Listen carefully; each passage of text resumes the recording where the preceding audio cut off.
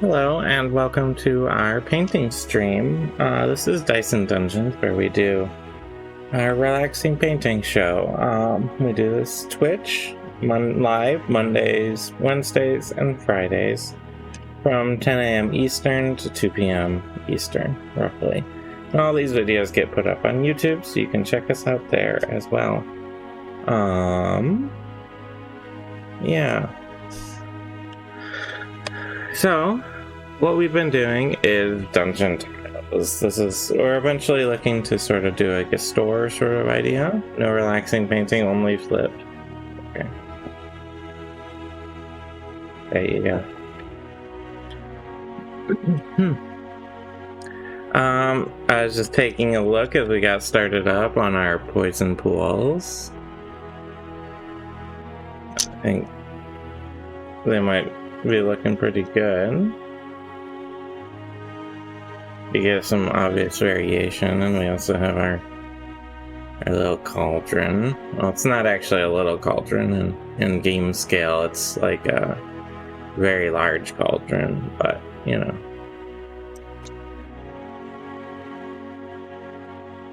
I think they look pretty good. I'm pretty happy with how they turned out. They're sort of viscous and gross looking. So these would make a fine addition to any necromancer or, you know, ancient tomb, anything like that. So I'm gonna set these off to the side. Today we're going to be working on, as I said, the dungeon tiles that we put some base coat on in the last episode. What these need now is a highlight brick, and I'll use Charles here as an example. These are the highlight bricks, so while actual masonry might not, you wouldn't mix stones like this necessarily, different types of stones. It adds a lot of visual interest to have these sort of highlight stones. Yep, good old Charles.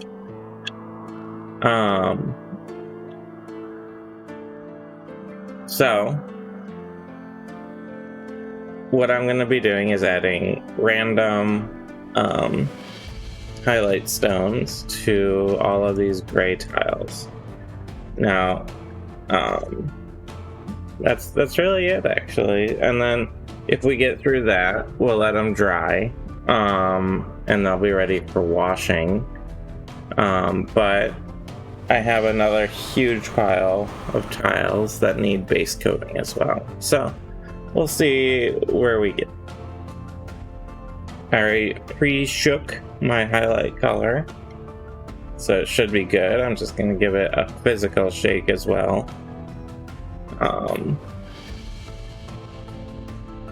And that reminds me, I forgot to grab a cup of water, so I will be just a second.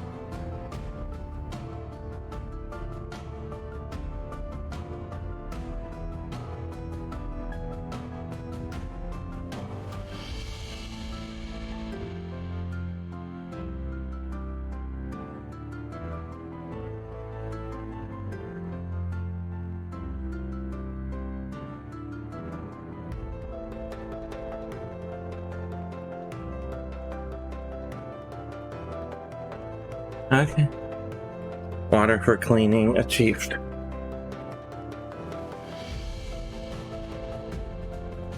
Alright, so, let's see. Theoretically, I shouldn't need gloves, but, you know, I'll probably regret that when I cover my hands in paint. Somehow stupid.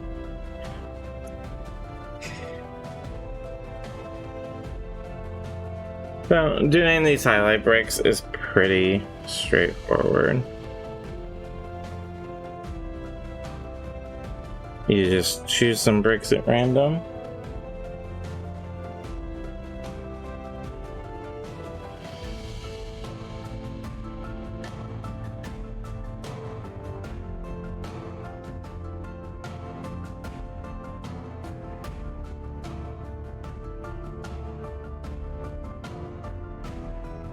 This is a very bright color, but it gets toned down when we do the shading quite a bit.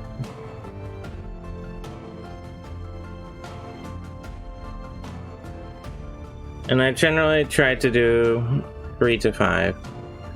If you buy one, you can get one.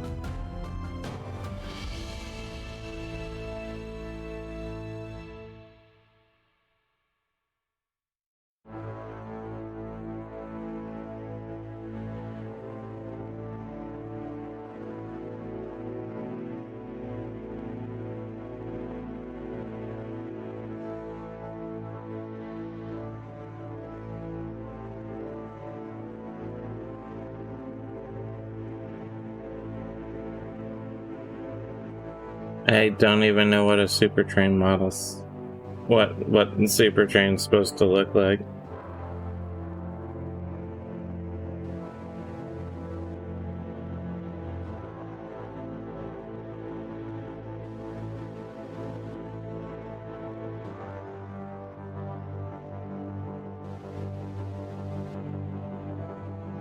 So then I like to try and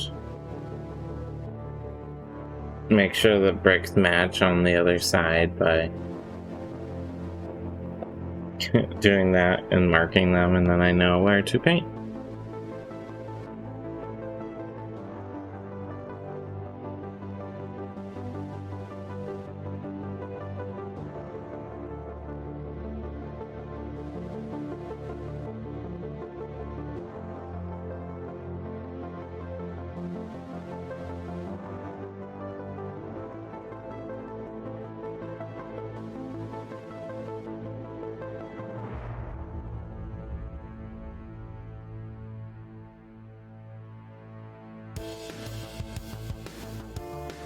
So, just like that, random bricks. No show accurate super trains on Thingiverse. A shame.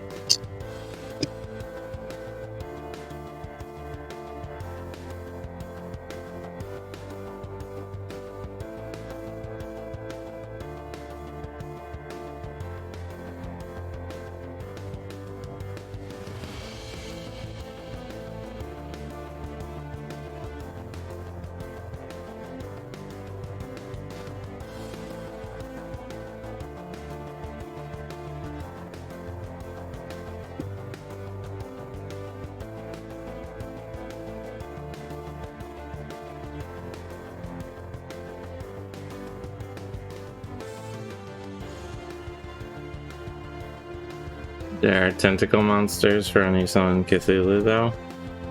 That's all. That's basically what Super Train was going for, so, you know.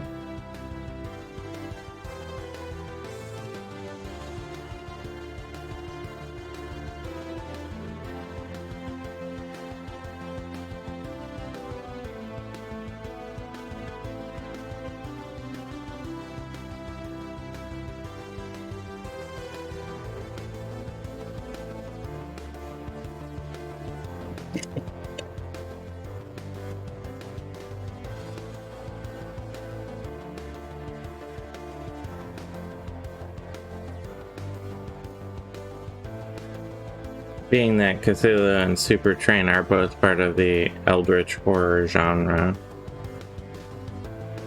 right? I imagine there's a lot of crossover.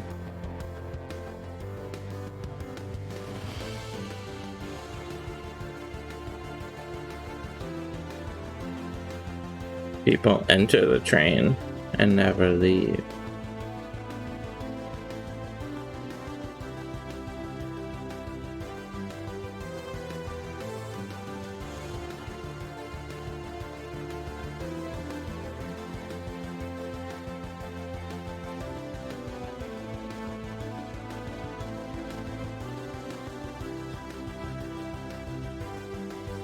Super Trains.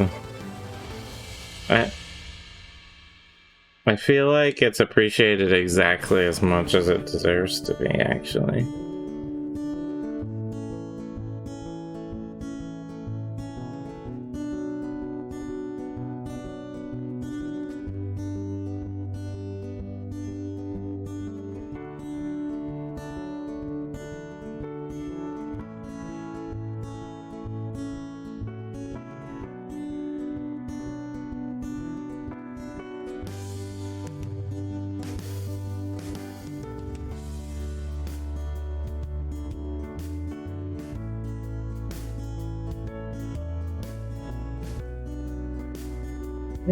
There we go. I like bricks.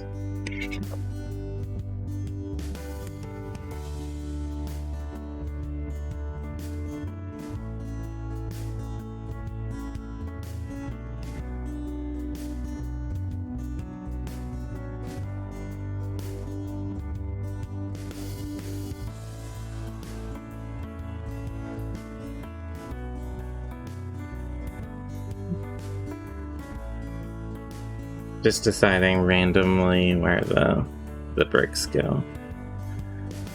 Because on the one hand, you can be like, this pattern is appealing or whatever, but you have to also take it in context of all the pieces randomly assembled together.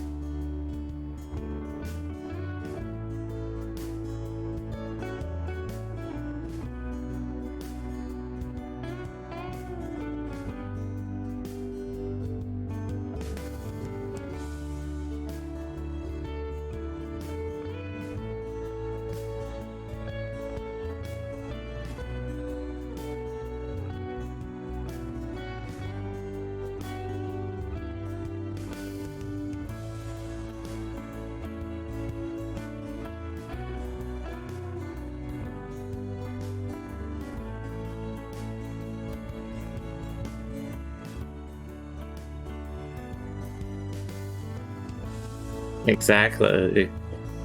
There's pretty much in like a copyright free way, they're almost identical.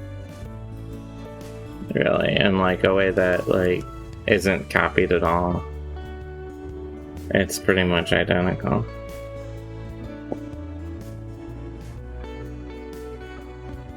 To the Avengers. Like, each piece needs to look pretty good on its own, but it also needs to look really good together.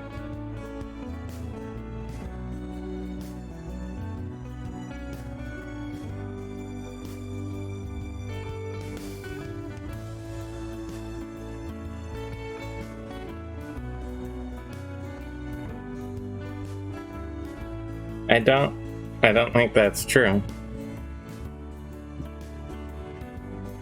I think the 60s/70s Justice League is the super train of hero groups.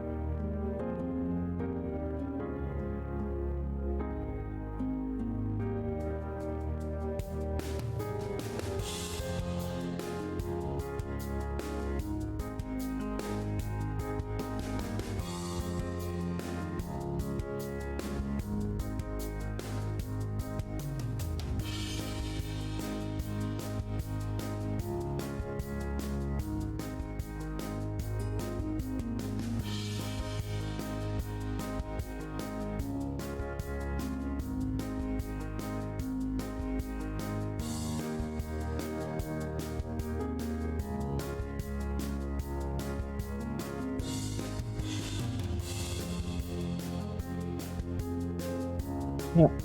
So, these bricks are pretty straightforward, they just take a little time. As you can probably tell.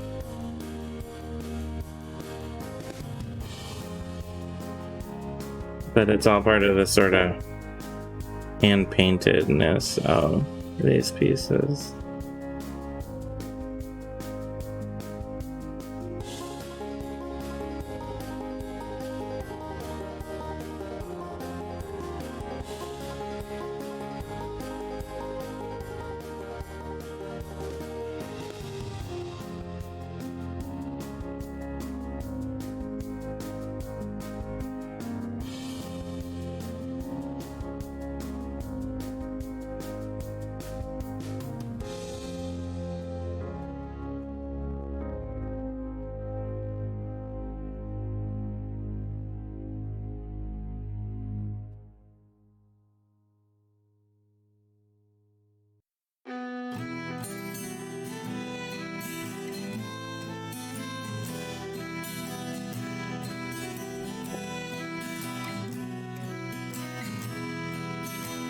think what the plan will be for today is I'm gonna get through all the pieces that I painted before. I'm just gonna extend this to the other brick.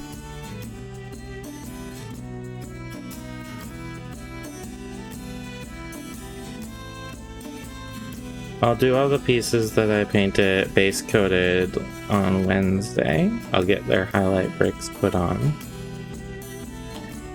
Take a break after that, and then do more base coating just to get the process moving.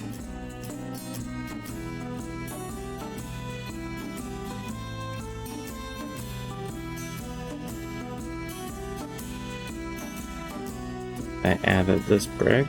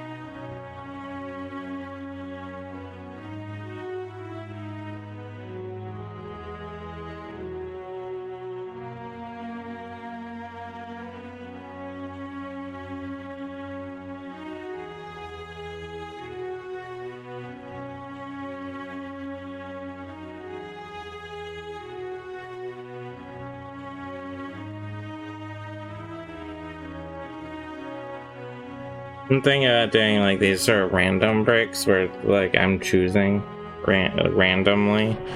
I like to think is like how they're probably not truly random. The human brain likes the illusion. Oh, thank you. I feel like the human brain likes the illusion of randomness, but doesn't actually like randomness. So it's more important that they feel random than are truly random. Because we actually like a bit of aesthetics and planning, even in our randomness, I think.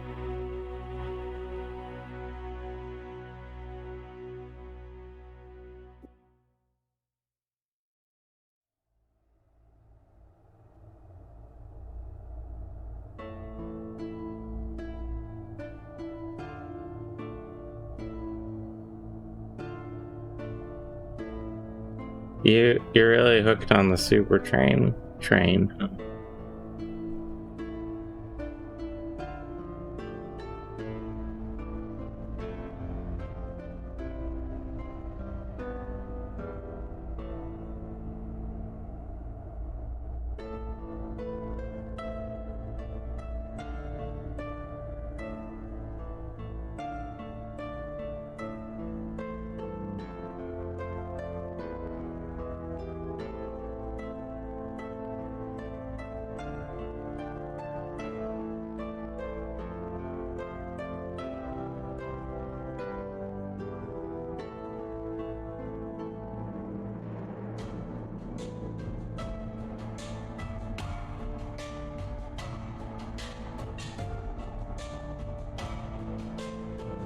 Everyone's on the super train. I don't feel like that's true.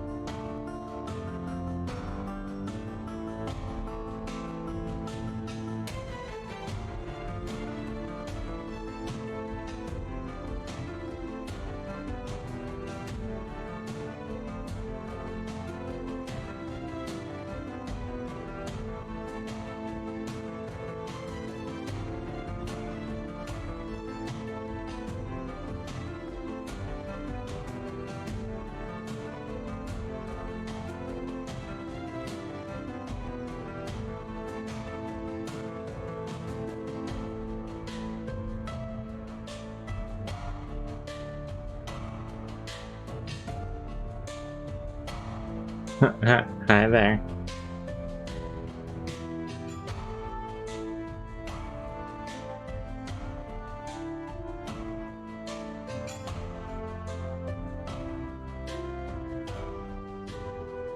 We are doing highlight bricks. Just taking it slow this morning.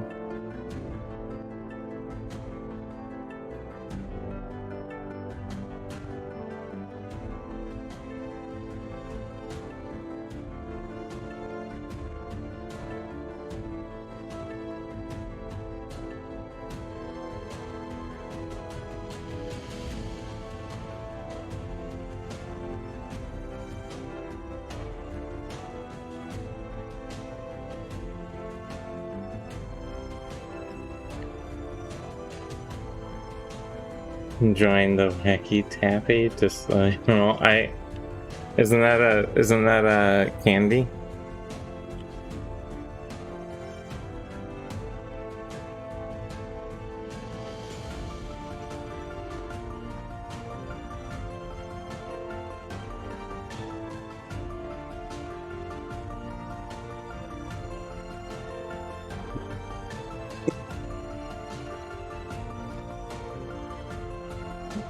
That's my 10:30 alarm that goes off every 10:30. Although my filters might have gotten it.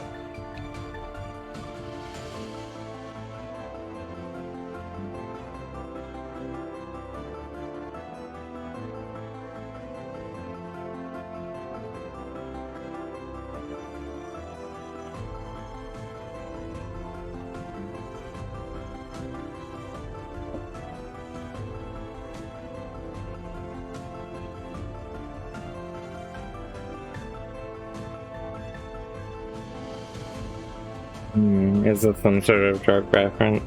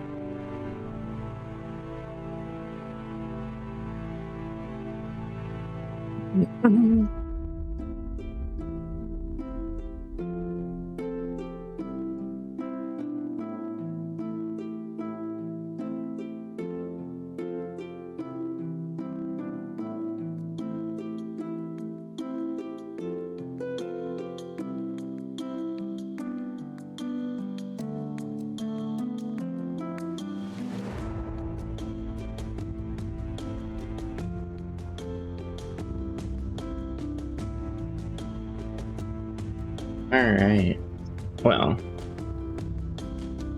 as you can tell, the slowest part of this entire process is these bricks, because they just require the most focus and slow hand. It's nowhere near as complicated as painting a mini, like a miniature character figure, but you know, it certainly takes a bit of extra time.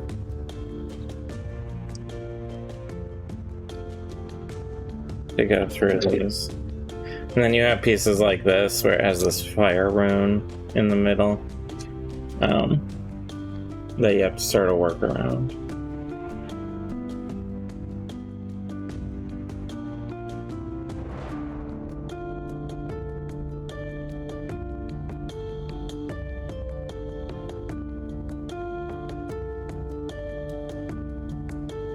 Now the fire rune will have to be painted on its own separately.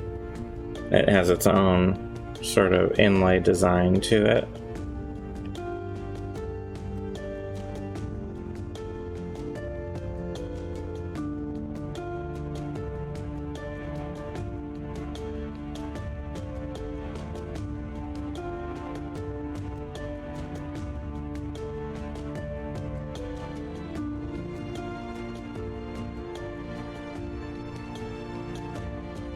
It does summon fire. It's part of our ritual chamber room, which has this brazier in the center, and you can put a little fire in the brazier. It's all magnetized.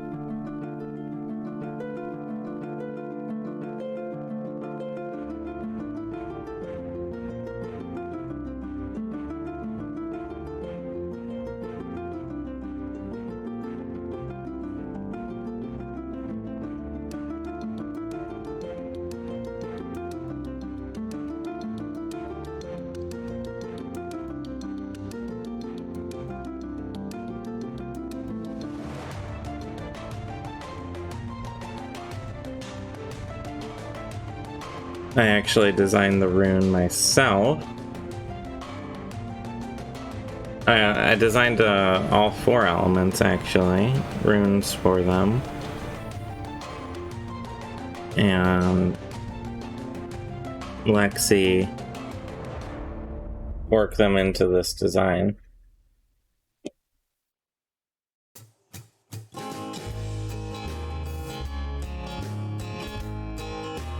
So we can do a chamber of any of the 4 elements. I don't think there's a 5th element symbol, but I designed the runes myself. That way they weren't like copyrighted or anything like that. I think the original design used the avatar symbols, which are definitely copyright.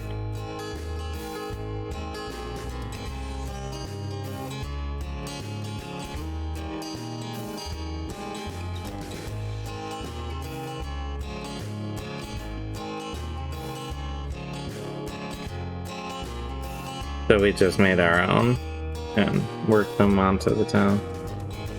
Could sentient water boil and identify as fire? Well, maybe?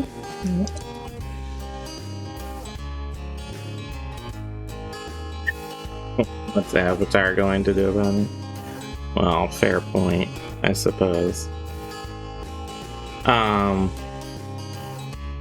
Like, do you mean like is this like a sentient water, fire, or water elemental?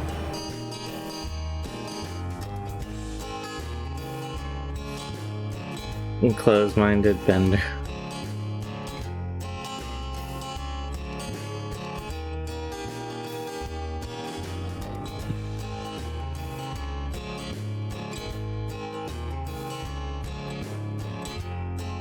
Given that the elements were just like a weird Greek way of trying to figure out how the hell the universe worked.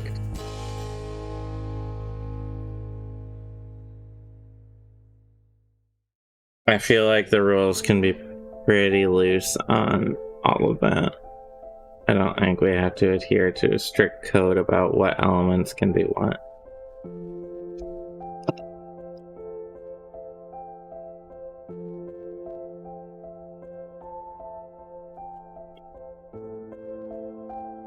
You're imagining a fire trap where the substance is very hot water.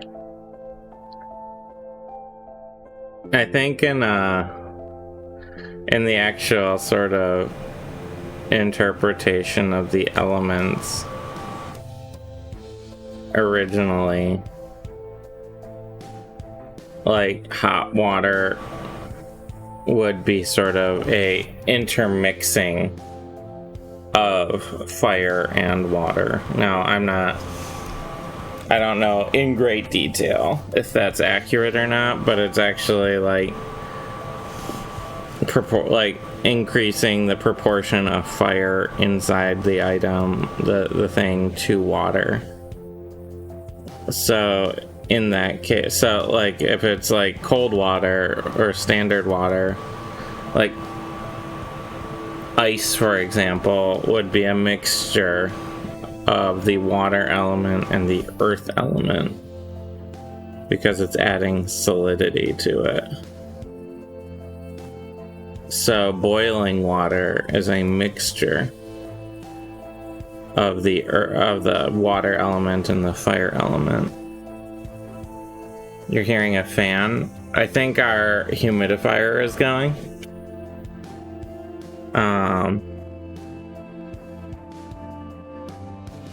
Trying to keep the house humid. It might have gone away just now. There's not too much I can do about it right now, but I don't think you're supposed to be hearing a fan.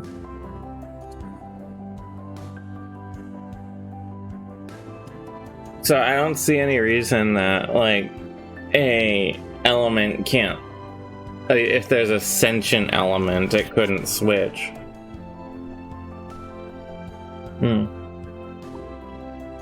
Well, thank you. Yeah, I think because I think it's all like, it's more like an item, for example, like a, oh, you wanna flip too? Yeah, I'll do that on camera. There we go. Like let's say there's a metal pot, for example, a cooking pot, and it's heavily aspected towards earth because it is solid and it it's made out of iron, everything like that. And then I think the basic concept is as you heat it on a fire and the pot itself is heating up, you're introducing the elemental fire into the composition of the pot, which is creating a hotter pot. And the more elemental fire that is aspected into the pot makes it a hotter pot. So your name thing is out of stock.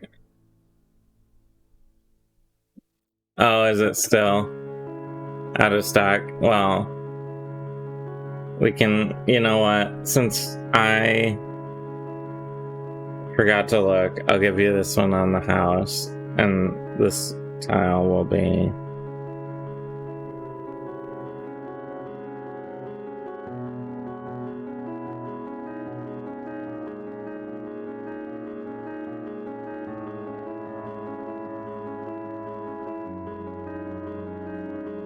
flipper. There, I'll count that as the cost. You don't have to actually get to 10,000 with that though. All those hydrates and stuff. So we'll take the opportunity to drink some coffee.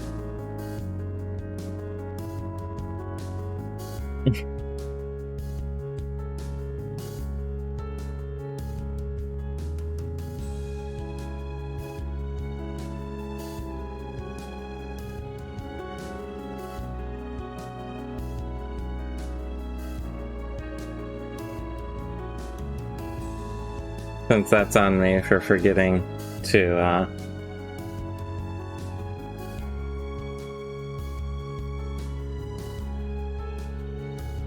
try and reset it.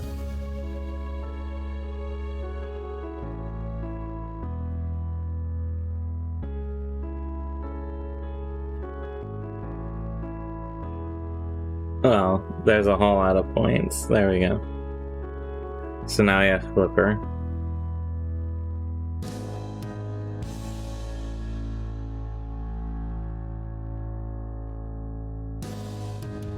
Just like the dolphin.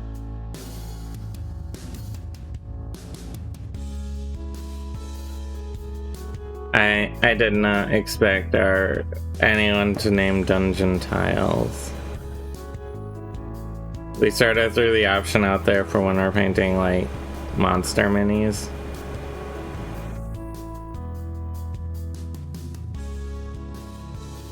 But you know, why not? Why not name tiles?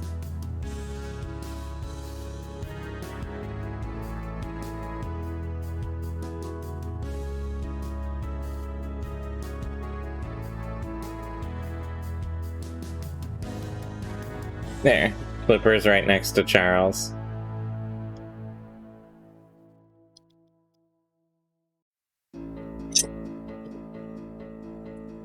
Off on the table.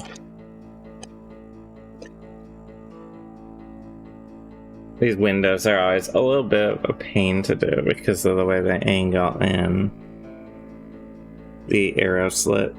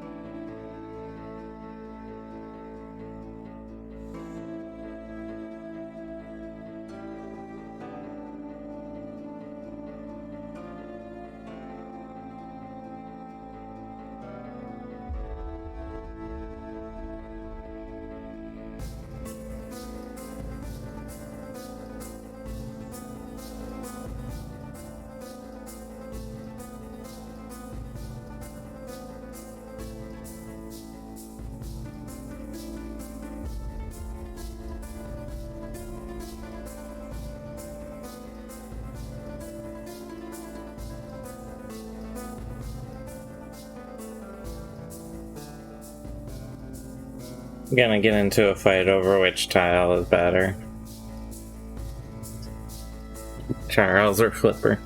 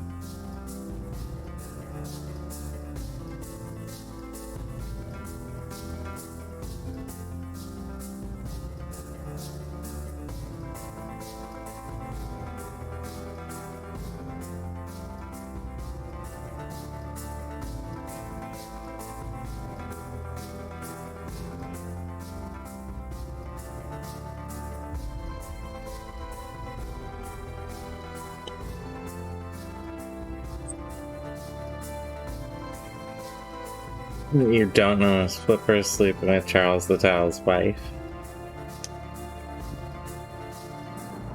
So there's like a are we moving into tile soap opera territory here?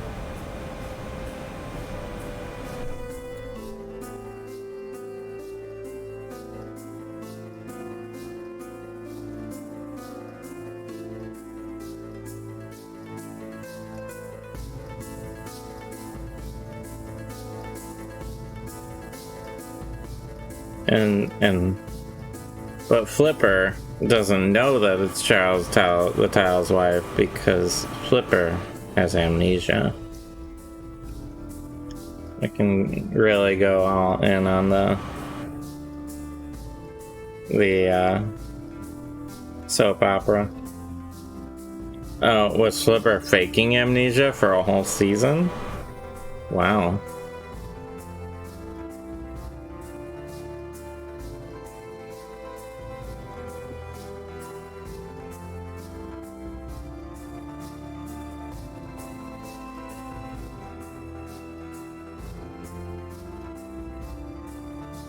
What a monster. He has amnesia but keeps a diary to tell of whose wives he's sleeping with. Okay.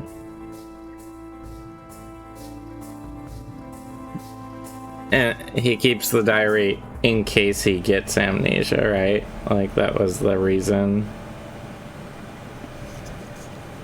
that he started the diary, which came in handy later.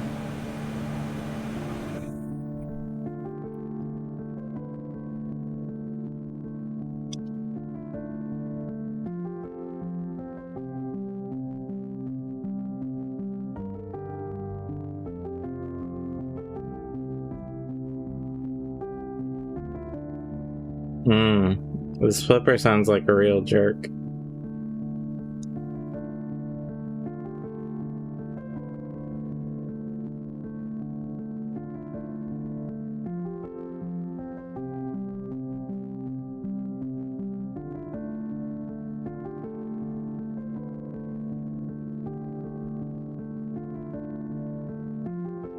But what we don't know, Flipper's a real piece of shit. Thanks, and slick back hair. But he does have his twin brother Flopper, who's like genuinely nice, right?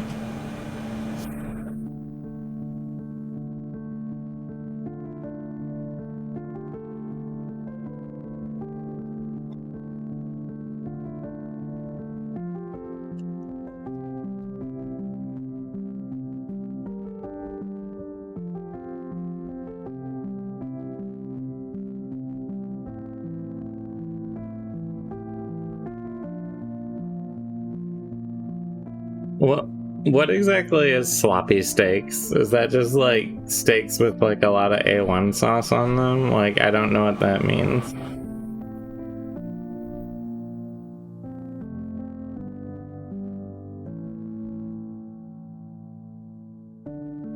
I've heard it said before, and I didn't think to look it up.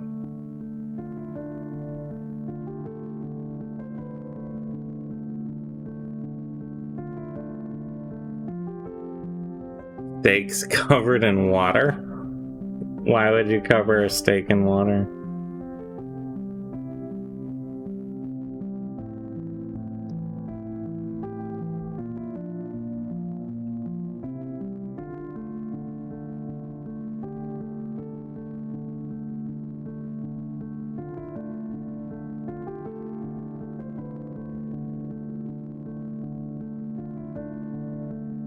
Restaurants don't want you to do it, but they can't stop you from ordering steak and water to make sloppies. Like,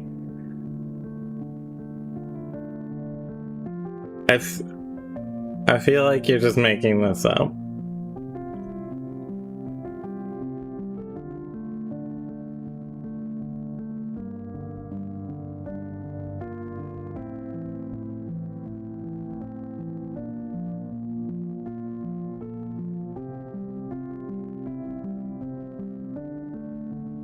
Why would you make it up? To mess with me?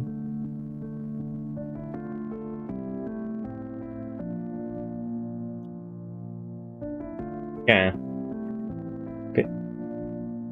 Whenever made things up, people can change. I'm just searching for sloppy steaks and probably gonna regret it.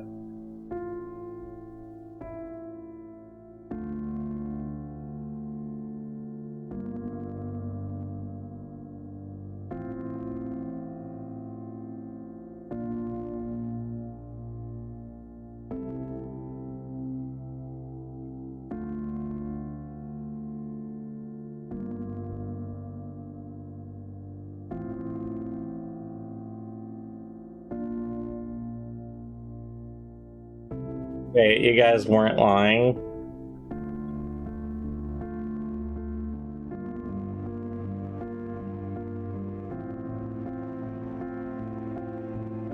Wait, so is this from a show called I Think You Should Leave?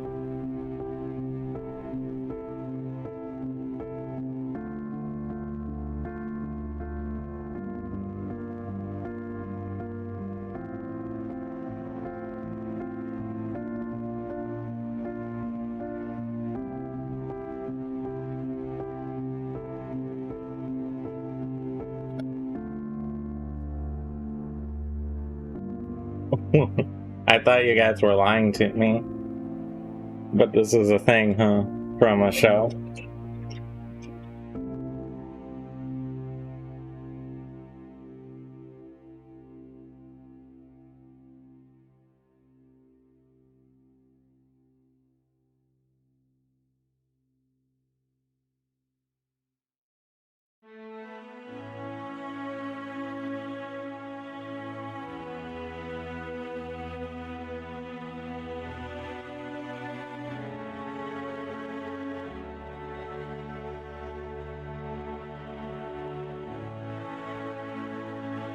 This is a painting stream, not a stop and look up stuff to correct the fan stream. It's that's what it is now.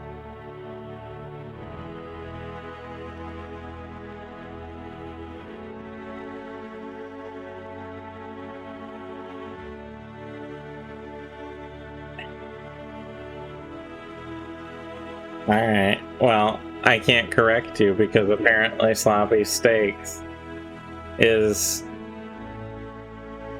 pouring water on a steak.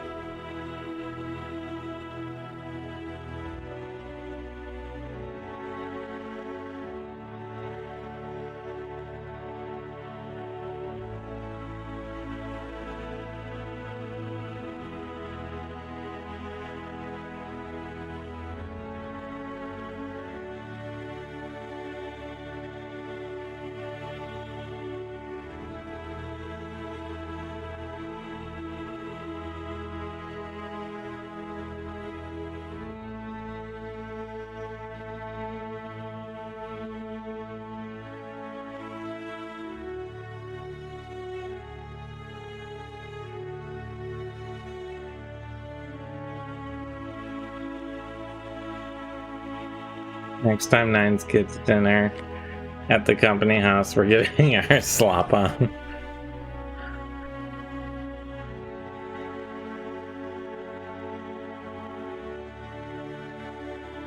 Watery steak is delicious, huh?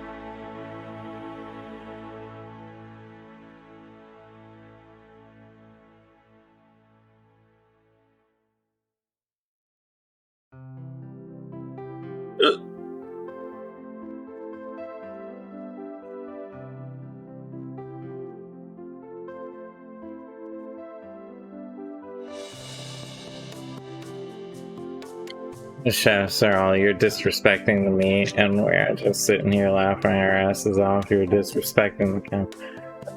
So, this is all from this. Is it a show or a movie? I think you should leave.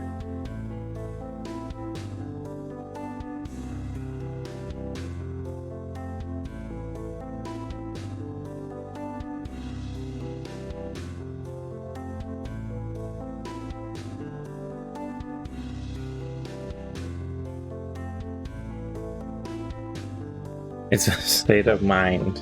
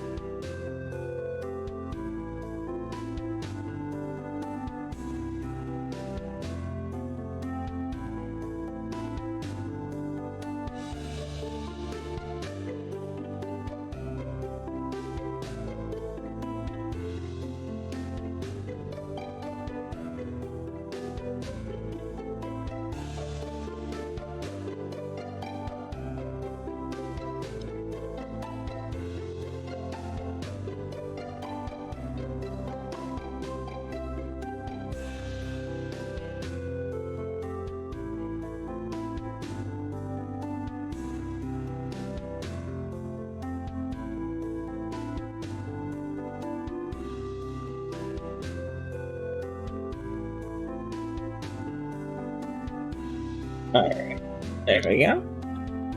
Getting through these little raised platforms.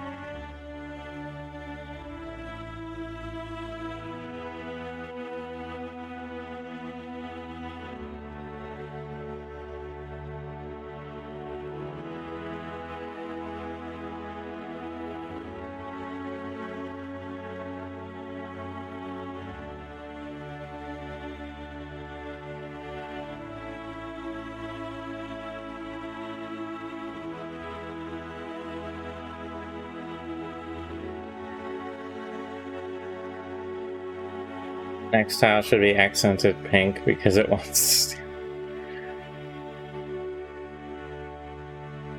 Well, I could do that. We are hoping to actually sell these, so I might not.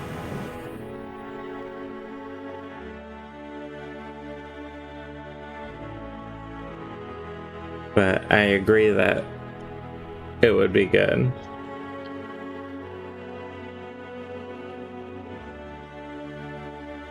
But Lexi would be mad at me.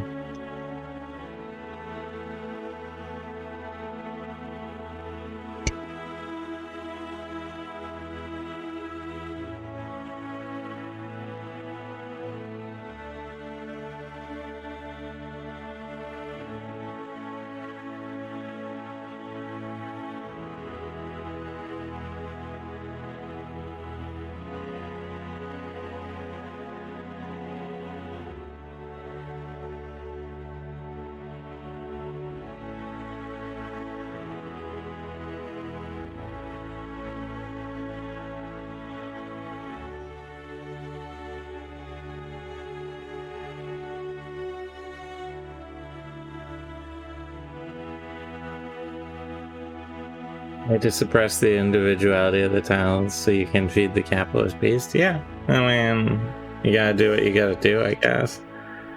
Right?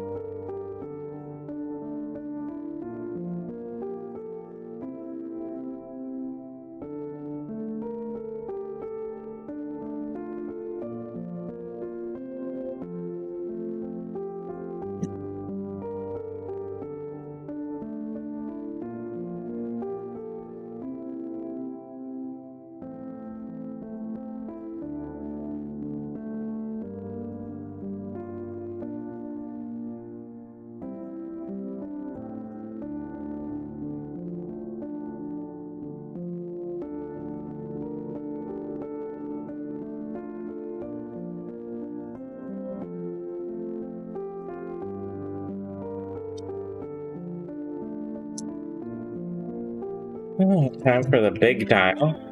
And then we just have the rough stone tiles left, which there are less of.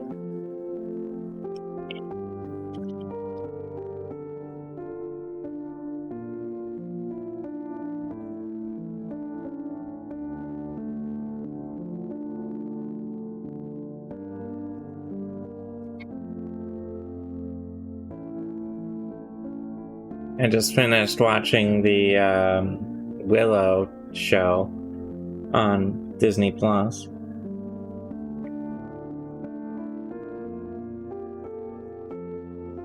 Watched it yesterday. I liked it a lot.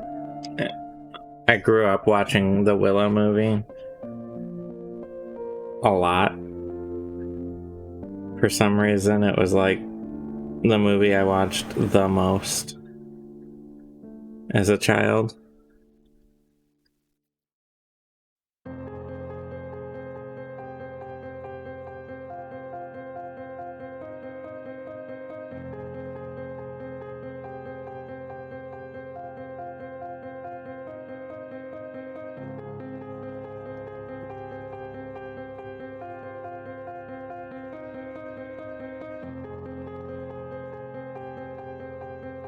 So it was pretty nice to see the show. I hope they get renewed.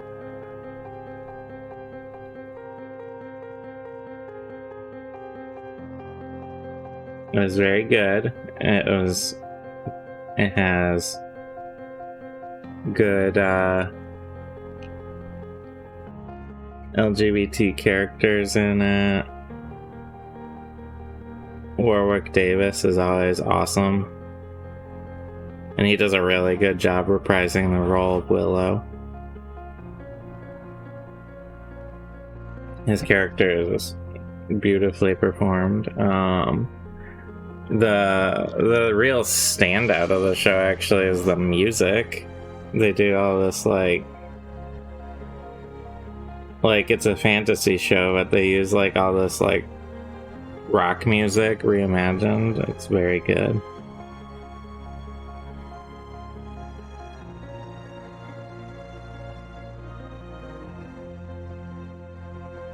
Like in the last episode, they had this like slow a cappella version of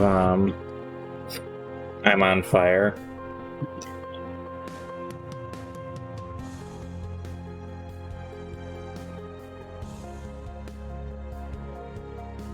The Bruce Springsteen song.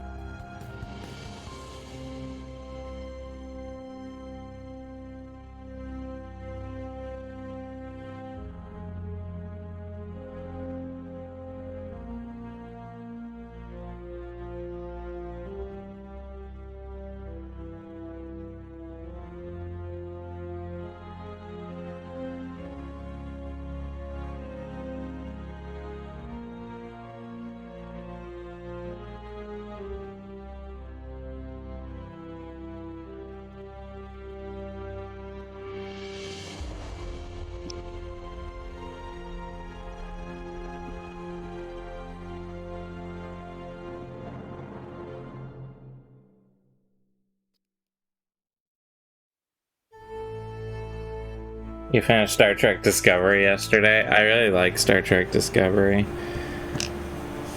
The show honestly took off once okay, I guess for anyone who hasn't watched Star Trek Discovery, spoilers alert.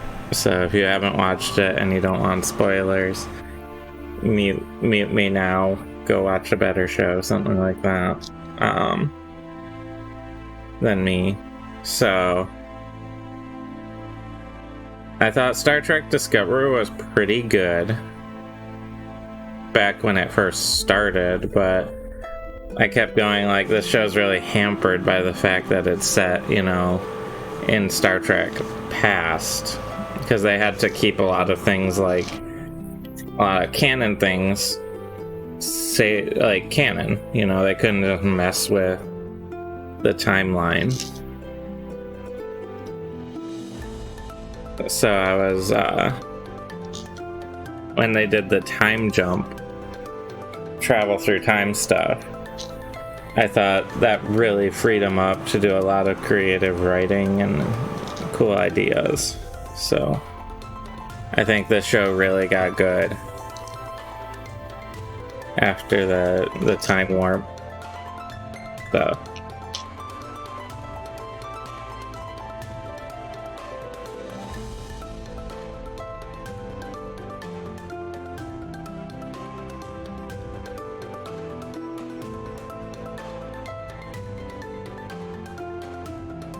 And I love Saru. He's one of my favorite characters.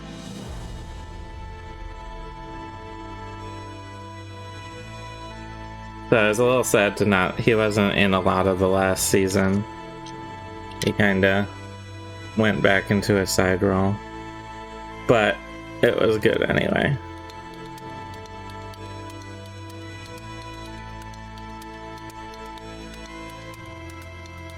Yeah, he does come back. I know.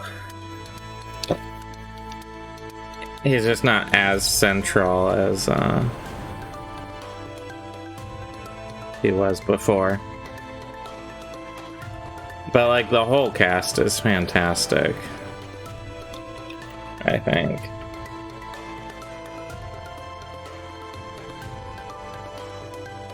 An interesting side note, a lot of the cast of Star Trek Discovery plays D&D together.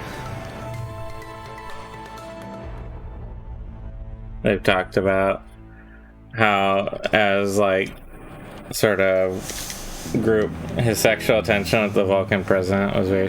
Oh, okay, that's fair. That was pretty central to the story, and I really, really like that part. Where they're just like, yeah, we definitely want a bone.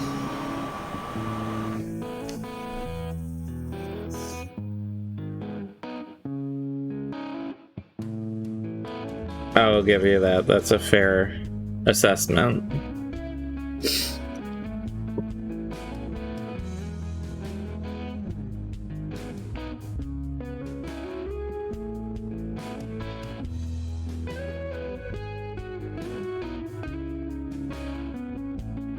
I think Nichole is a really good character. She's sort of like I feel like she has like some of the best qualities of both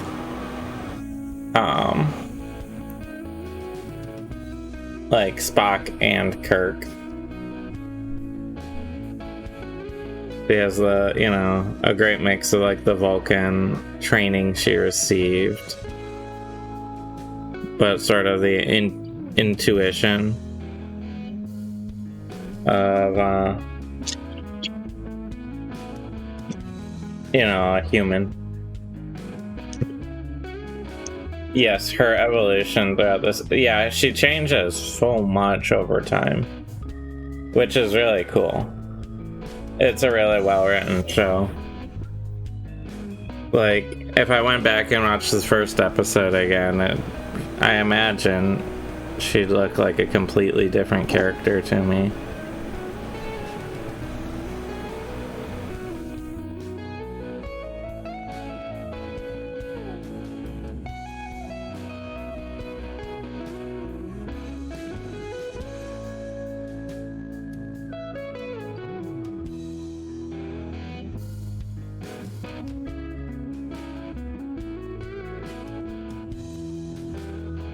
Between, yeah.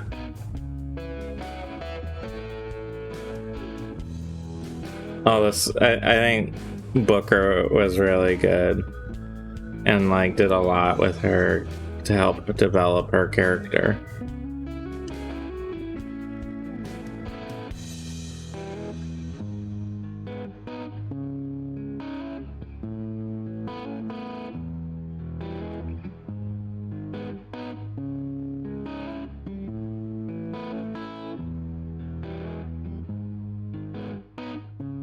Yeah, she really does.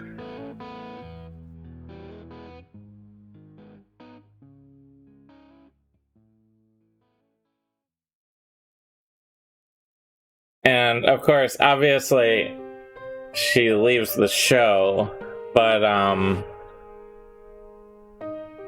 the Empress, I'm blanking, Philippa, Captain Philippa, like, you know, Mirrorverse Captain to Saru, Mirrorverse Emperor, yeah. Exactly. Book, yeah.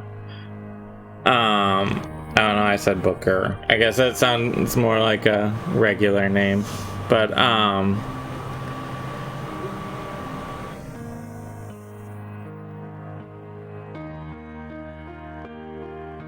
the Mirrorverse Emperor, such a good character. And obviously, I'm blanking on the actress's name.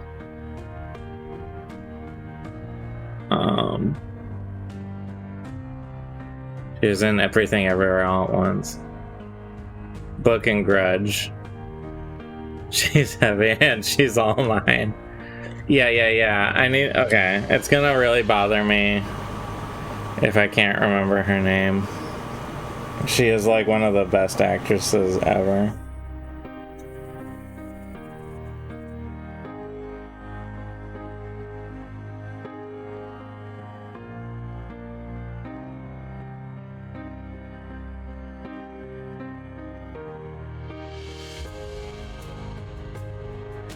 Michelle Yeoh.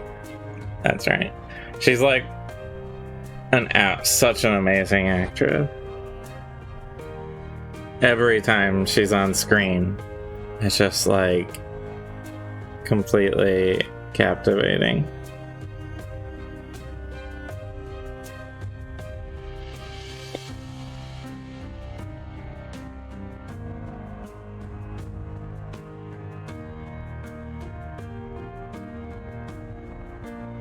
And I love that they wrap up her storyline in the show with a throwback to one of the weirdest TOS episodes ever, The Keeper of Time. Like, I was not expecting that callback.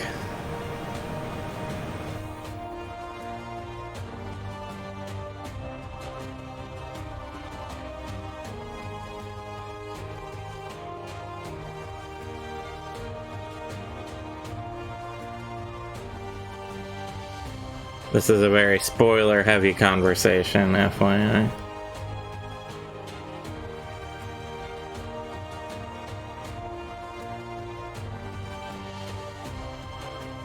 Like, as much as I love the Picard show, you're usually opposed to most of the Mirrorverse stuff, but it wasn't great. Yeah, exactly. Like, the Mirror Universe, I'd say the Mirror Universe in TOS sucked, generally speaking. The Mirror Universe in Deep Space Nine was very hit and miss on whether it was good or not. But I feel like the Mirrorverse in Discovery was consistently good, which is pretty impressive, really.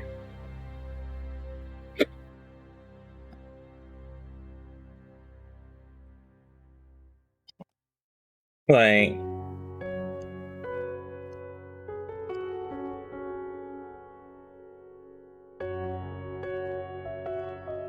because they took something that was like this old, it's from the original series, schlocky thing. They did that a lot. They took a lot of like pretty schlocky stuff and made it really good.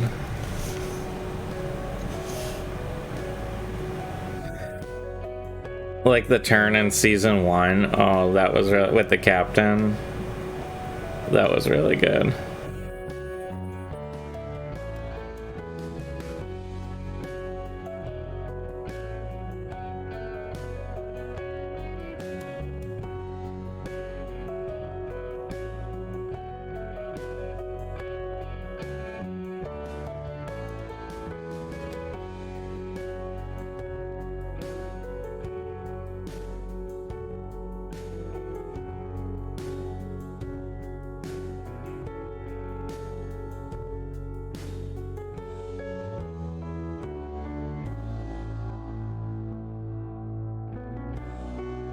The only part of Discovery I wasn't too crazy on was some of the Klingon stuff.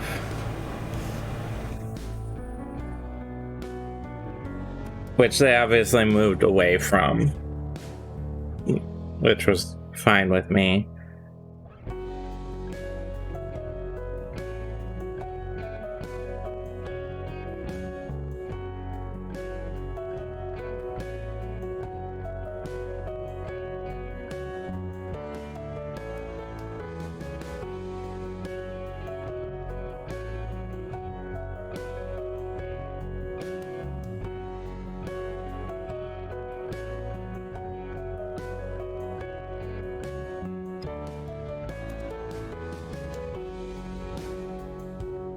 And as much as I like Picard, the Picard show is very good in a lot of ways. I felt like Discovery was overall better. Like the first season of Picard felt like it had gotten truncated by the studio. Like it felt like it needed another 1 to 3 episodes to tell the story. Because by the end it felt very rushed. Like it got pushed through really quick or something.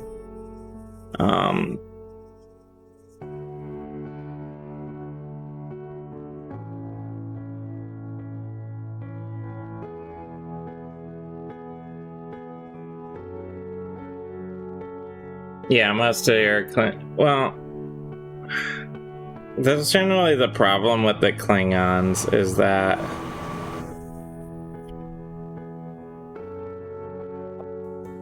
each series they're very different. Even in Discovery, like, and yes, the Klingons we see in Discovery are like a sect of hyper-religious Klingons, effectively. They're not like, you're not generally interacting with the core Klingon empire in Discovery, so it's hard to judge. But like, I don't know, I just feel like next gen DS9 Klingons, I feel like really sort of got, oops, well, okay, I can just pull that paint off. The next gen era, like DS9 era Klingons, are, I feel like, some of the best, most enjoyable Klingons. Because, like, every Star Trek series effectively, like, redesigns the Klingons from the ground up to fit whatever they need. Because in original series, you know, they were this, like, menacing, like, Russia, basically, is the, what they were sort of, the role they were supposed to fill. The Federation was America, and they were Russia.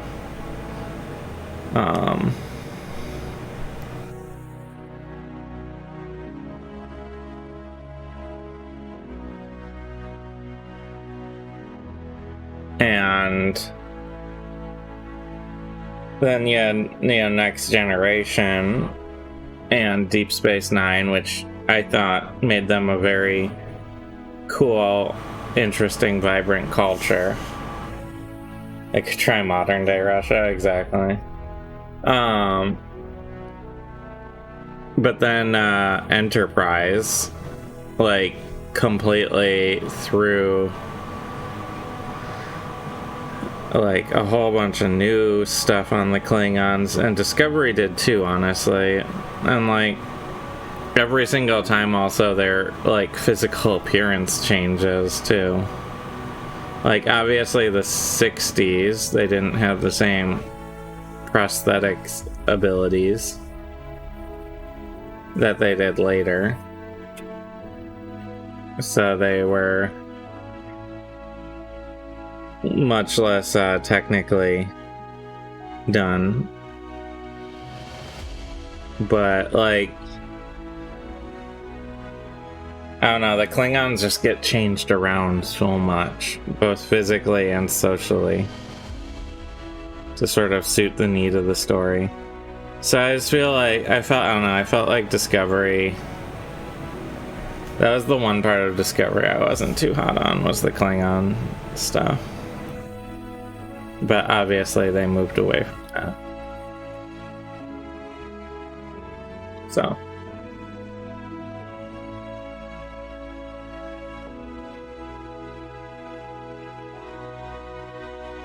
I mean, yes, I would agree with you. It's not so much how Enterprise did the Klingons as it was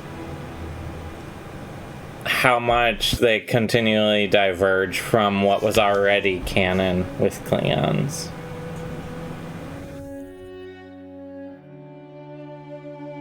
Yeah, to a certain degree, that's true.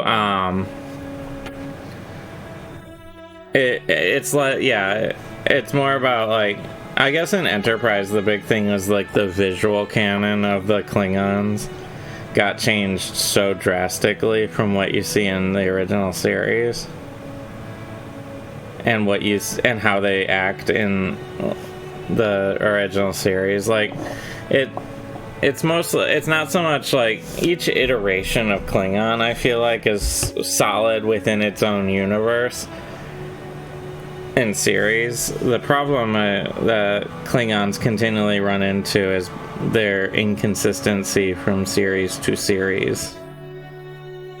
And, that's really ultimately the problem of the Klingons spawning from the original series, is that they weren't well written in the original series.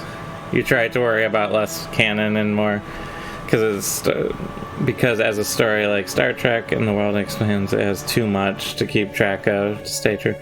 I mean, yes, that's true. It is best to enjoy them in the moment, and honestly, the problem with Star Trek and storytelling is that I know it's sort of like the original series wasn't that great written, and as a result, but it's like the central pivot around which all Star Trek moves, so they have to sort of divorce themselves from the original series while staying accurate to the original series, and they do it in a creative ways for sure, but it's sort of like the albatross around Star Trek's neck. Yeah, I mean, I've watched the original series several times, and there are good episodes and there are bad episodes for sure, but like kind of the entirety of season 3, there was a writer's strike, and you can tell because the quality goes down hard.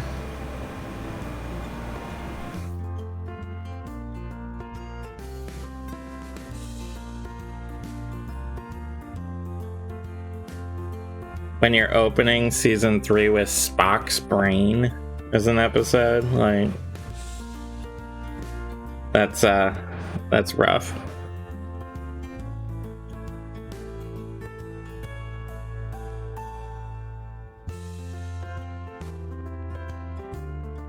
So I feel like almost all Star Trek has this like awkward walk they have to do where they have to acknowledge the original series but also like avoid it if they want to have a good story.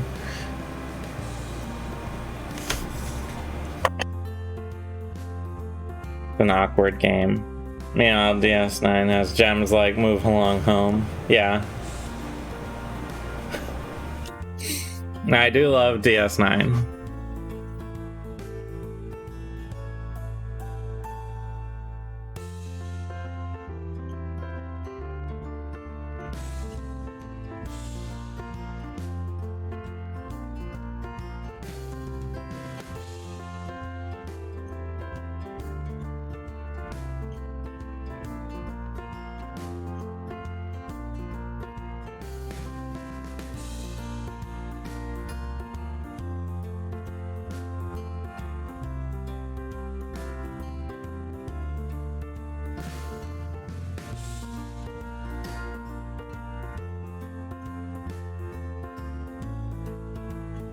I think the actor who played Nog in DS9 passed away relatively recently, and I think they made an homage to him.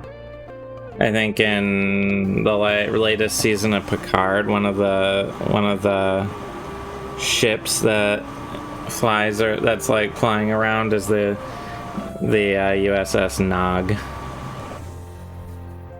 It's sort of a tribute to the actor.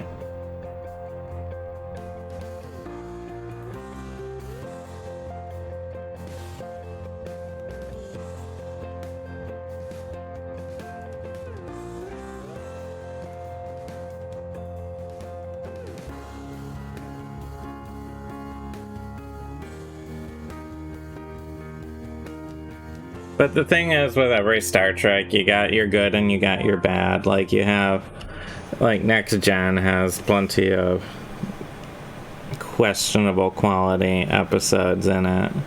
It's just sort of the nature of TV, but man, the original series was revolutionary for its time, but it really, in some ways, but it really doesn't always hold up. Especially when they just keep going to planets and it's like, this is the gangster planet, this is the Western planet, this is the planet that looks like America in the 1960s for some reason.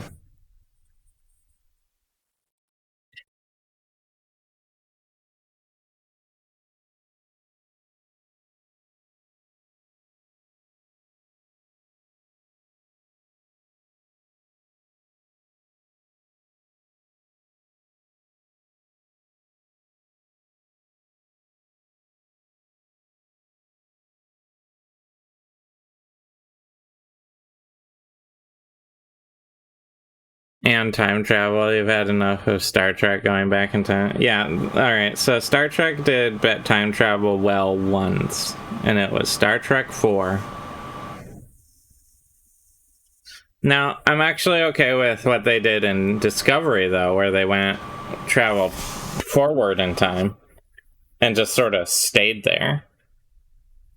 You know? That was fine.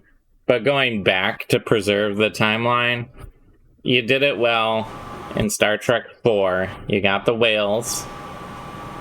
You saved the world from the tube, the space tube. You're done with traveling through time now. You can't top it, you know.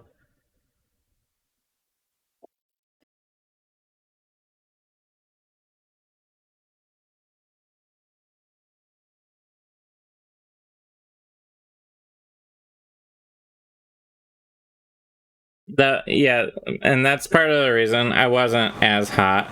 So like I generally prefer Discovery quite a bit more over Picard. Cause like I don't know if you've watched season 2 of Picard, but that's all like time travel, preserve the timeline stuff, you know, because of Q.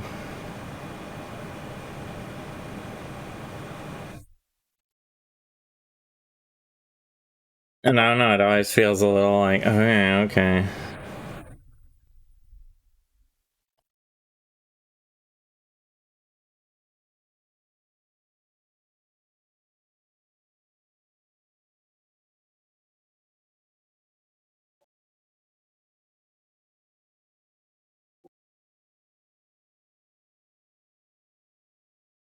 Yeah, he, I don't know. I have very mixed feelings on the Picard show in general. In some cases, I really love it. In some cases, I'm kind of like, this is a little bit odd.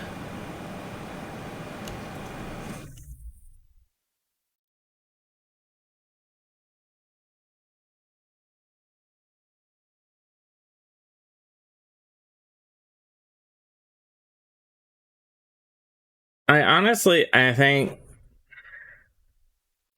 Picard feels less Star Trek y. Like, it doesn't have the sort of.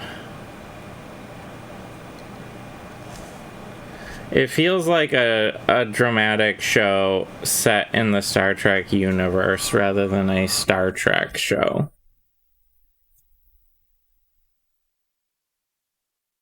And I think it plays a little too much into like the Star Trek fan service. Hey, remember this thing? Star Trek fan. I think it goes a little too hard on that. I think a little bit of that is fine.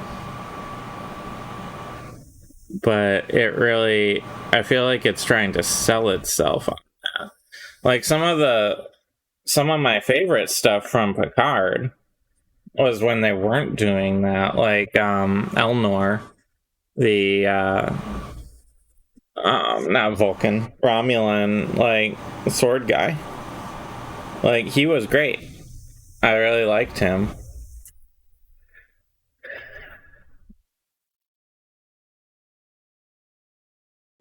But yeah, Picard, it doesn't feel Star Trek-y. Like it doesn't feel like a Star Trek show. Whereas Discovery, it does. It has that vibe of like exploration.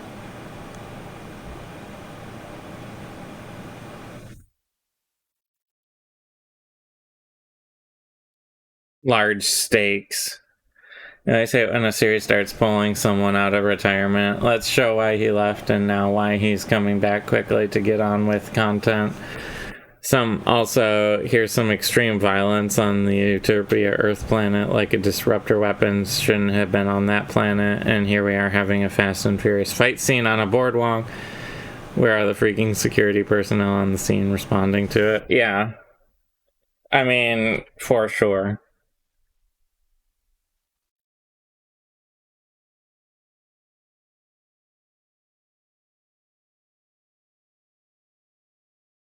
And they are leaning with that, like, coming out of retirement thing. That's a long held Star Trek tradition. I'll give them that. Like, I think Kirk leaves retirement, like, 4 times, you know, something like that. But that doesn't, just because it's been done a lot in the series, doesn't necessarily mean it's a good trope.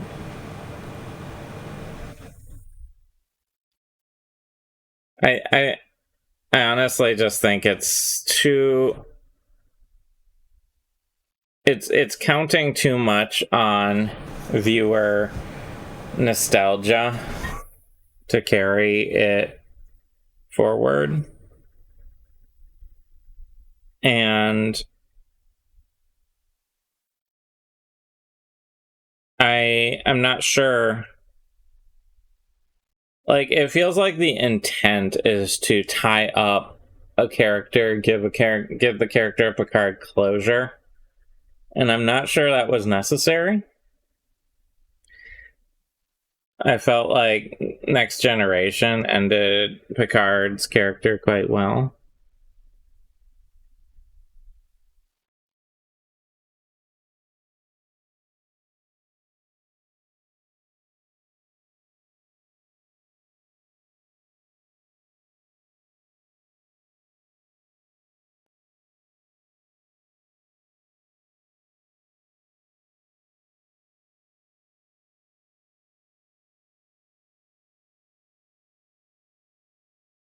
And it sort of got like to this. I got the feeling Patrick Stewart on it. I mean, yeah, and to be fair, if Patrick Stewart wants to do a project, then I kind of feel like he should be allowed to do a project. You know, he's really cool. But it felt like they started like adding trauma for Picard to have. Yeah, exactly. I'm not gonna tell Patrick Stewart no. Um, it felt like they were adding trauma to Picard. He's seen everything. um, like the whole stuff with his mother in season 2, and they're just like, okay, well, we need some trauma for him to work through, so we'll just make some that's never been part of the character up until now. Like, this was never even hinted at in any of the shows that or movies before now. You know, but we need this traumatic moment for him to deal with. And it's like, what was the point of season 2? I enjoyed it more, but it didn't think it made any sense. Yeah.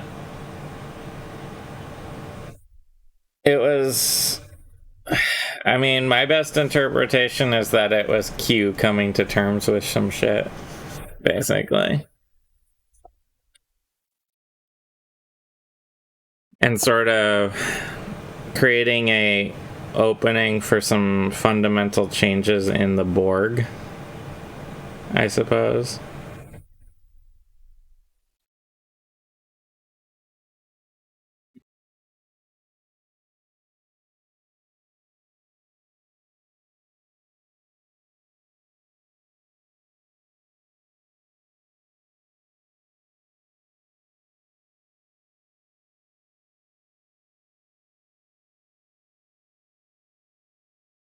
But I don't know. Evolving the Borg, like I did like that, where it's like, yeah, not all the Borg were changed, but there's this faction of Borg that are like,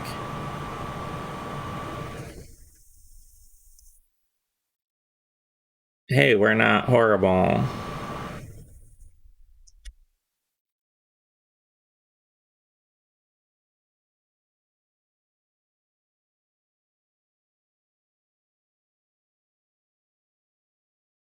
And the scientist lady becoming the Borg queen, like, that was pretty good.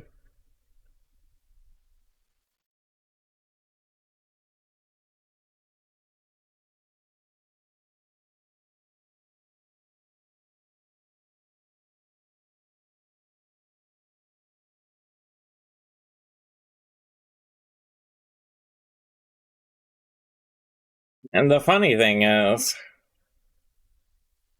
when I lowered my expectations because I was disappointed in season one, yeah, I honestly feel like the way to watch Picard is to just go, this is fan service for the, for Star Trek nerds. It's gonna have characters you're familiar with and like.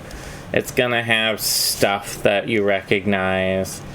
Like, season 2, the actress who played Guinan did super good. Like, she was really good as Guinan. Picard pretending to be a fascist, something about it was so ridiculous, and he seemed to be enjoying it. Yeah, that's very true. In the alternate timeline, that was some of the best part, where like Patrick Stewart got to be like, well, I have to pretend I'm like super fascist, but I'm also like really uncomfortable with all of this.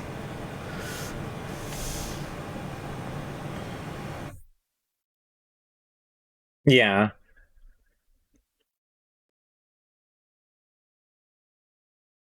Strange New Worlds, I feel like, is pretty hit and miss too.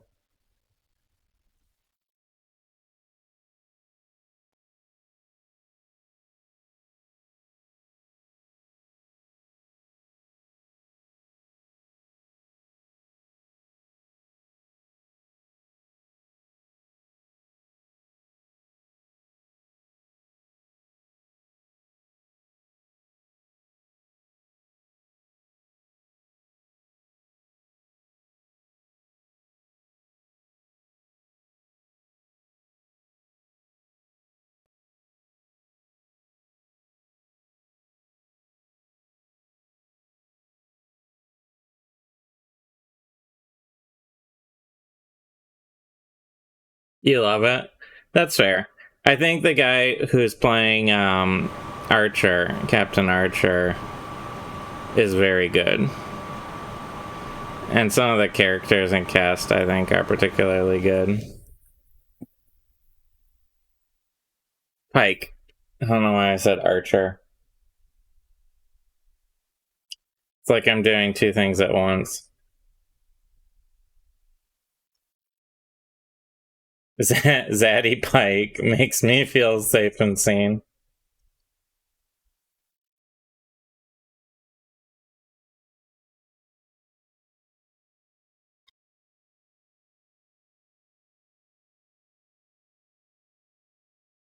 And honestly, I think the only problem with Brave New Worlds, Strange New Worlds, Brave New World is a book. The only problem with Strange New Worlds, realistically, is that it has to deal with the ever hanging presence of the original series, like every other show.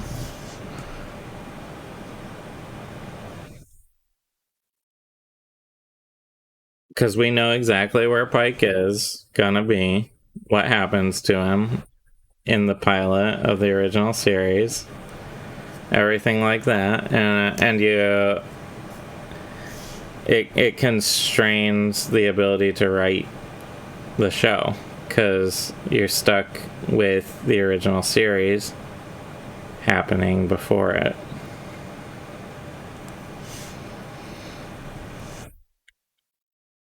It is interesting to see how he grapples with it. That was a very good choice on the part of the writers, I think, is giving him the foresight of seeing his own death and having to deal with that.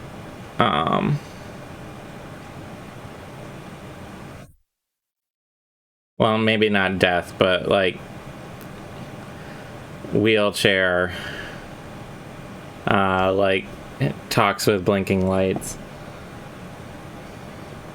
ness that he ends up being in the pilot. And I enjoy Spock in a budding romance. Like, I'm not used to seeing him with that lens and grapple with his two sides. Yeah, but the downside is, again, TOS. We know what happens with Spock and what's her name? I'm too tired for pulling up every single Star Trek name. Like, we know what happens in Amok Time in TOS. So, like, they're doing Death Isn't Far Off. You look at that future, and if anything, it's scarier than death. Yeah, right. So I'm giving Strange New Worlds full credit. They have a corner that they have to write into because of TOS, and they're doing a really, really good job with it. I'm just saying the big problem with Strange New Worlds is the original series. Just like every other Star Trek show.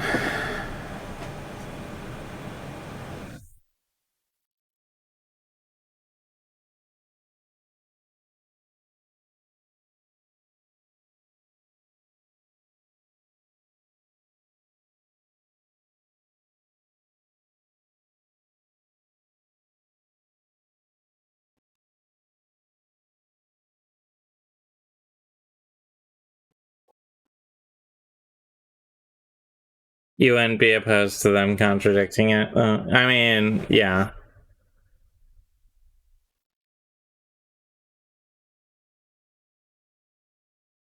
See, that's the Trekkie Trekker fan base. I feel like has two sides to it. Most adults in their 30s growing up with TNG, Kirk doesn't look anything like Kirk to me. Yeah. I mean, yeah, for sure. Uhura, Nurse Chapel.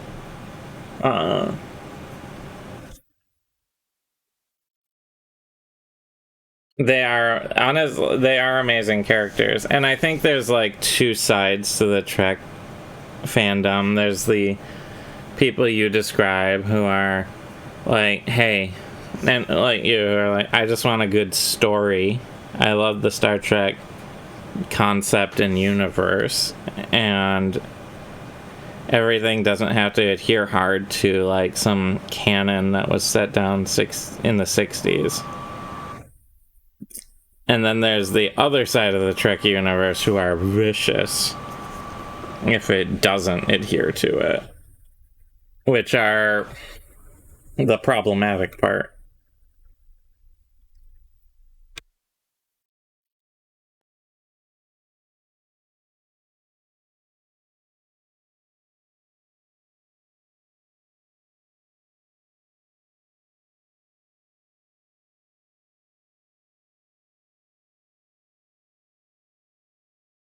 Thousand times yes with the first.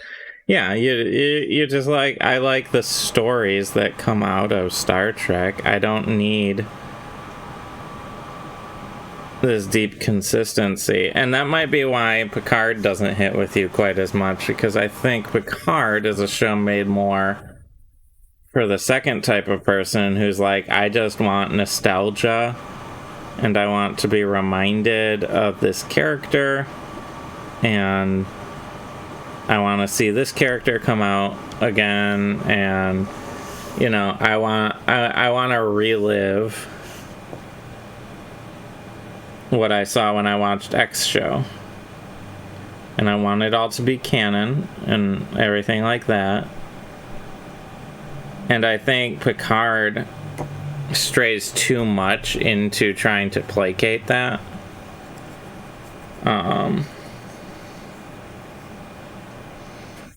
That sort of viewer.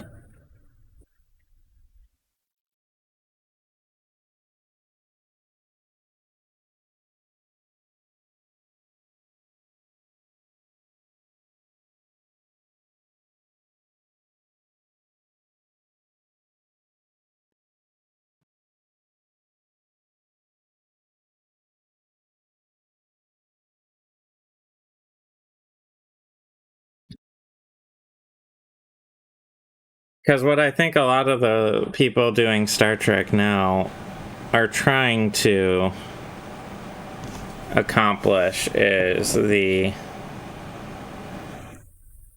pleasing the I have to have it canon group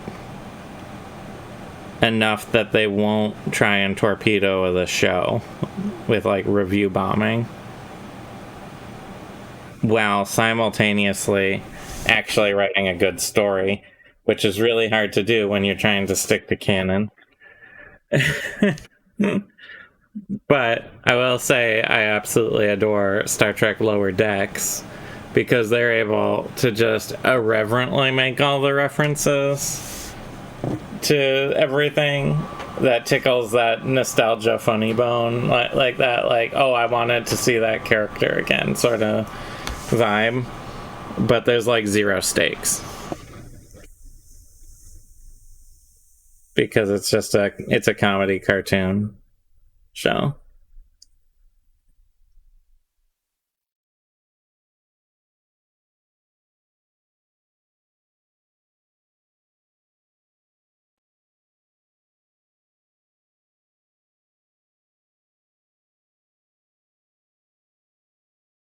And they can safely point out the inconsistencies and stuff like that. Be like, yeah, this alien has like been named like 3 different things, and we don't really know which one is correct. The Mugato, the Mugatu.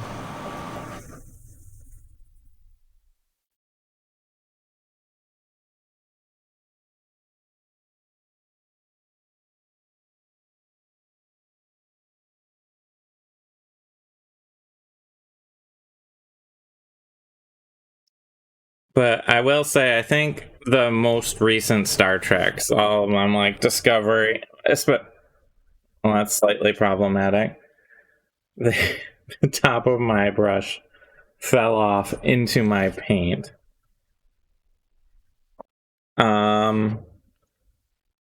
Whatever thought I had, I will come back to it. First, I need something to grab it with.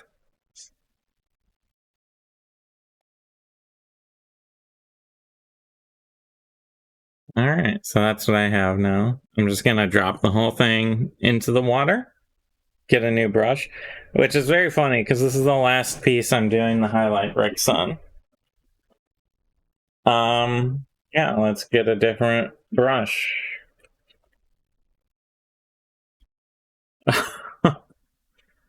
Alright, that's how it's gonna be.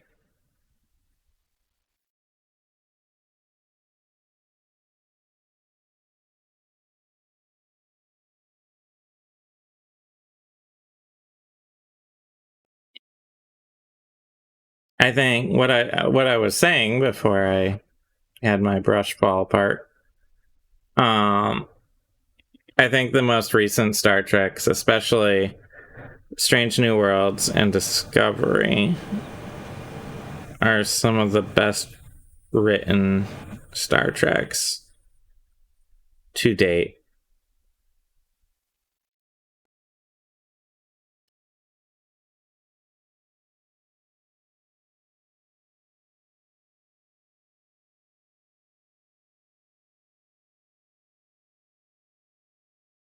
Like, obviously, I love Deep Space Nine. That's my, like, I always have a special place in my heart for Deep Space Nine, Next Gen, everything like that. But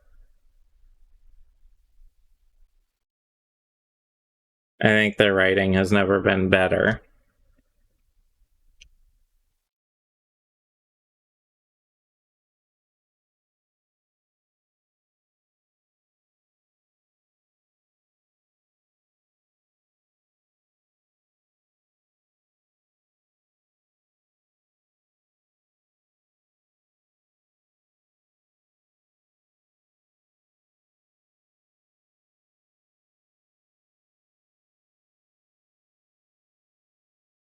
And, you know, to be fair to shows like Deep Space Nine and Next Gen and everything like that, they had to write a lot more episodes. Like, the current shows are more like mini series in terms of episodes and runtime and stuff. So it's a lot easier to tell a more focused, concise story and not have to rely on filler and mirror, like, time travel episodes, things like that.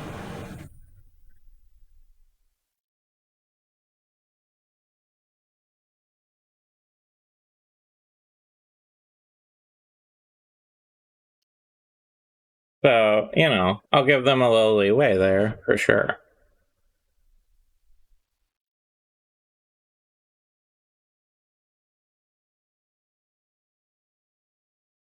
But, like, I think the recent Star Trek shows are pretty much all standout good in their own ways.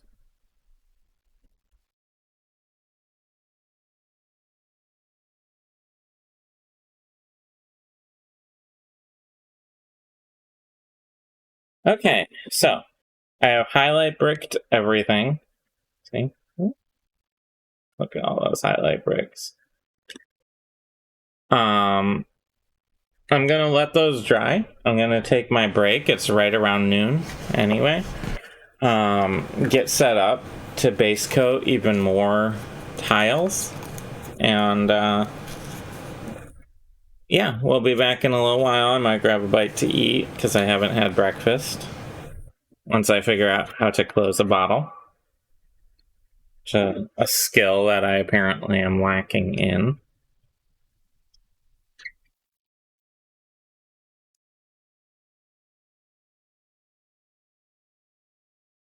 I think it's might be a little paint gumming up on the wheel here, on the spinner. But get that closed, and I will be back in a little bit. Stick around, and we'll do some more painting. Thanks for watching so far. See you soon.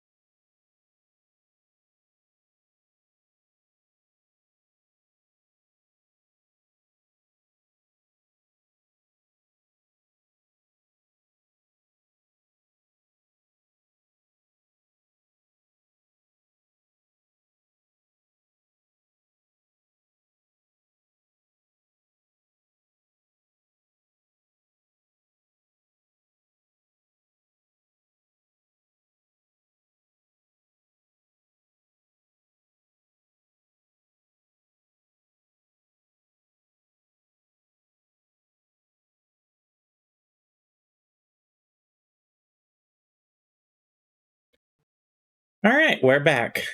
Thanks for patiently waiting. I was, as usual, Lexi distracted me. She has a project she's working on, and we're doing some paint mixing because I have a bunch more tiles to base coat.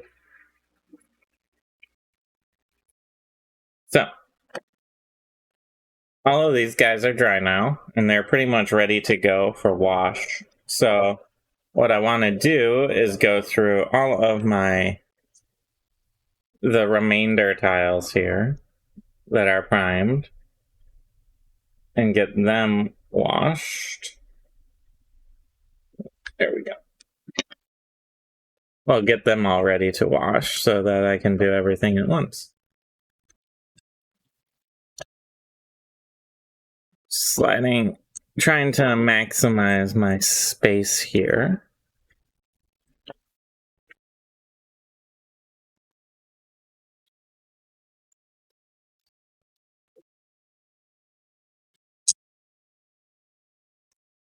And I talked to Lexi about releasing the name a tile so that you guys can name more tiles if you want. All right, so big pile of tiles, obviously, and we're gonna do what we did last time. I'm just gonna slide things out of the way to make some space.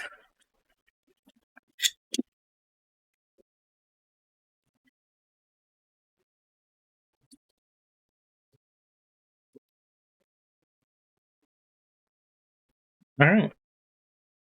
So, because I'm base coating, I'm going to put on some gloves because I will get horribly messy doing this.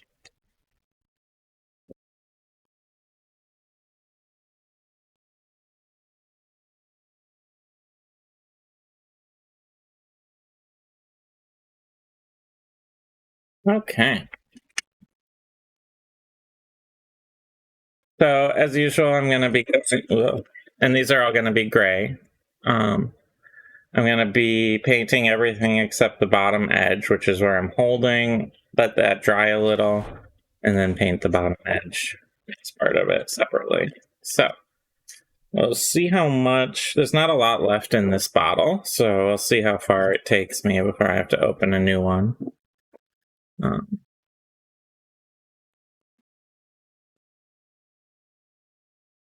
But we'll go nice and quick, get all of these base coated.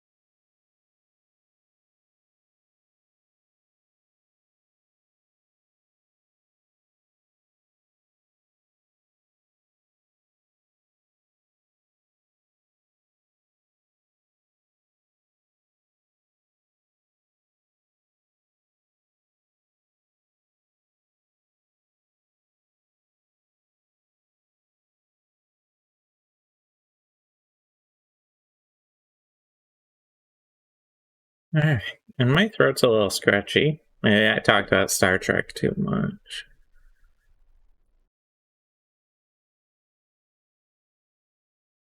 Although I don't think you can talk about Star Trek too much.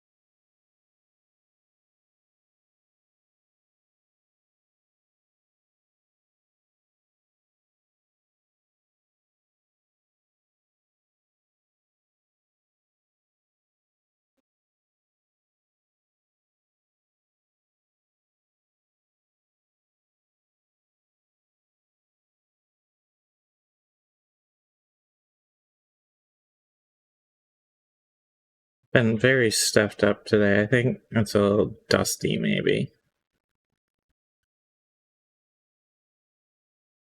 But we got a little snow today, finally, which was nice. I've been really wishing our winter here has been very warm, and I don't like it. I like December through March to just be a blanket of snow all the time.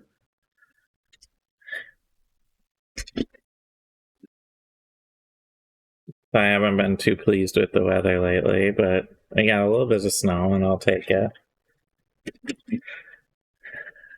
Make some cocoa tonight, maybe.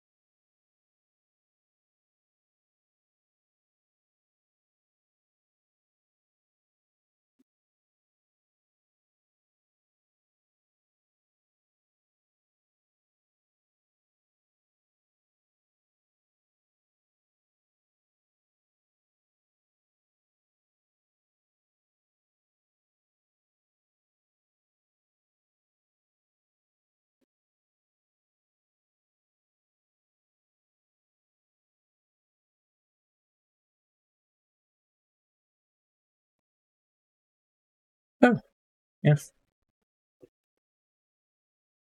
I don't know, there's something very nice and relaxing about going like there's this one color of paint. You just slather it on, and your only real job is to make sure it's on every part of it.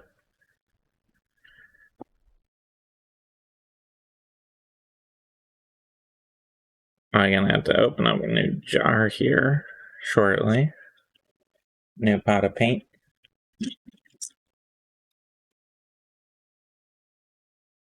Charles? Charles is right here.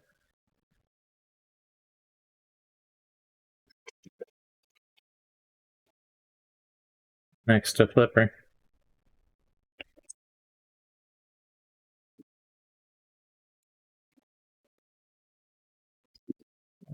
I'm gonna retire this jar.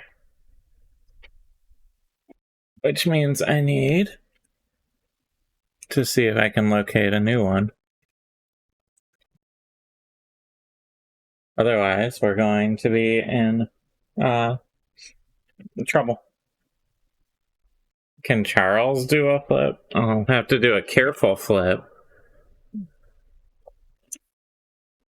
There you go. I'm gonna find more paint quick of my gray. But I'm not gonna go to break. Just I'll be off camera.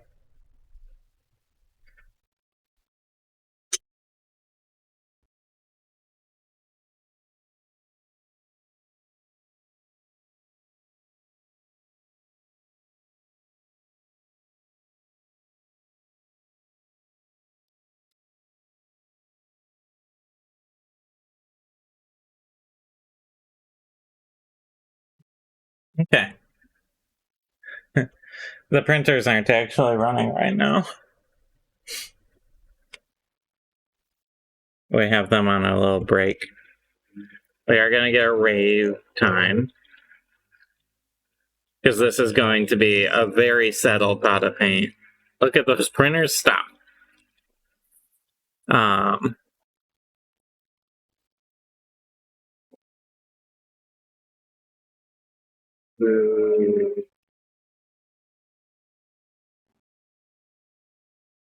I'm probably going to take a toothpick and give this a stir as well.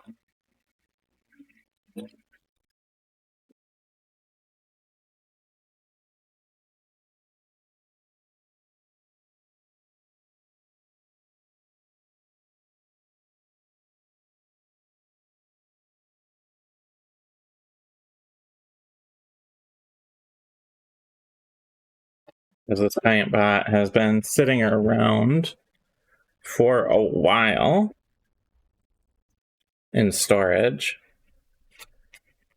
I'm sure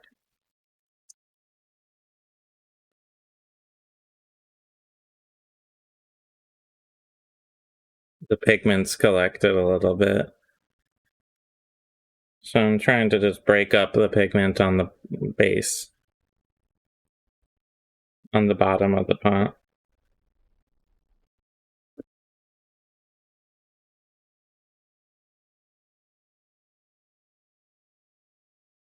Okay. We'll see how we do. Brand new pot of paint.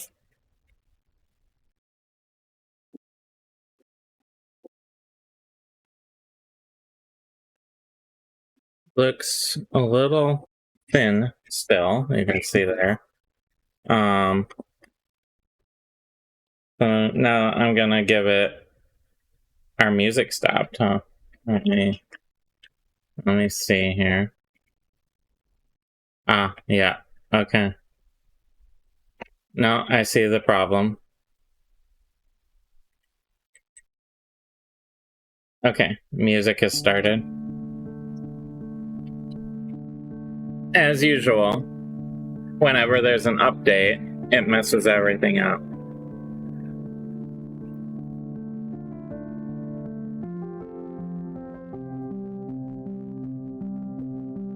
It had stopped.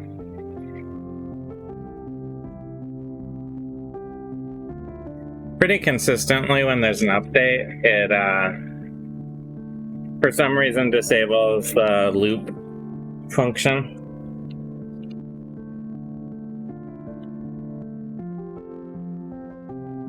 Okay. We got it a little better here. This looks a little better. The thickness of the paint. It was a little separated still, so I had to. And these cut stone pieces, they really need to get worked in to get into those cracks.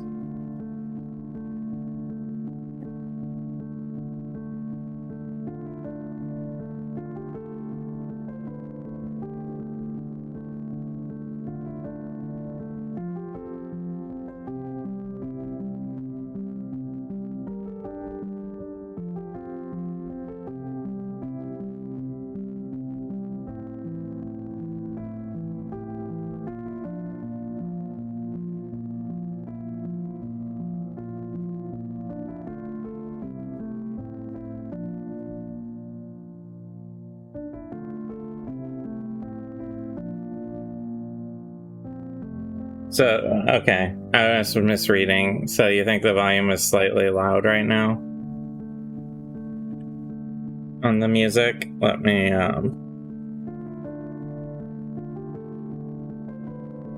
adjust it.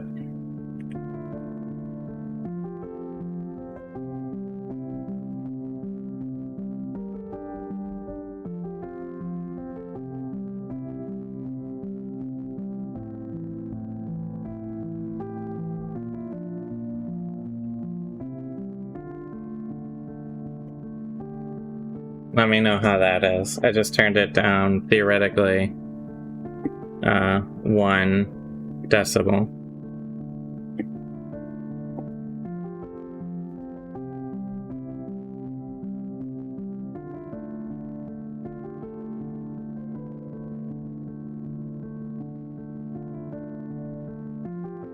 So you can tell me if that's better.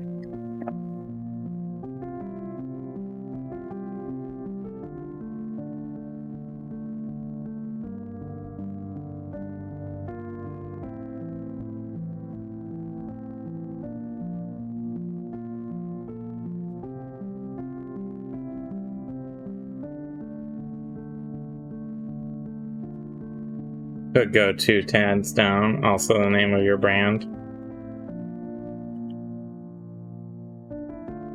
2 tads down, alright.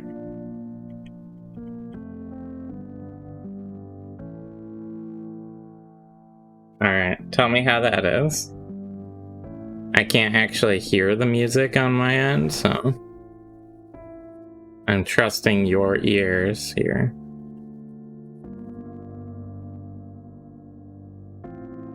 Better? Okay. Sounds good.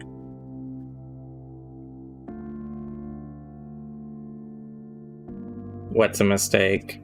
2 tabs down?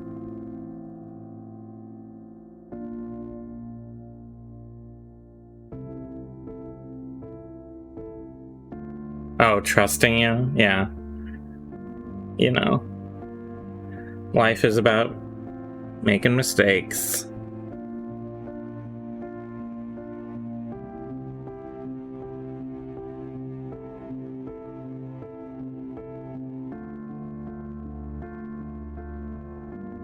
Sometimes you gotta trust David Wong, and that never turns out great, but you still gotta do it.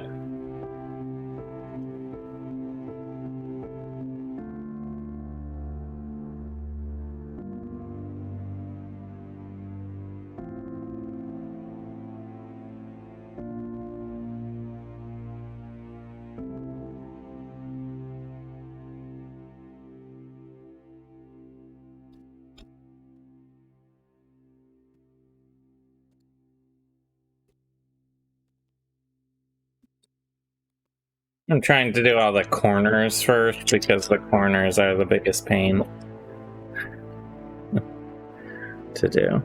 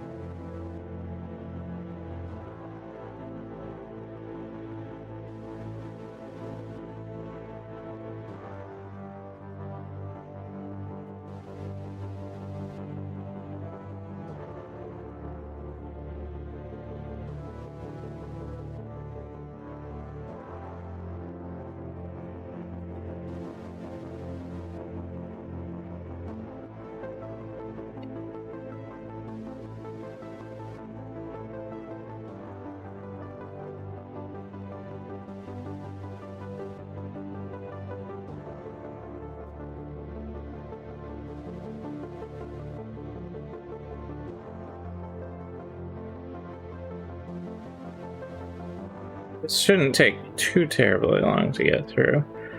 I think this is a smaller number of tiles to finish here than I had on the previous grouping.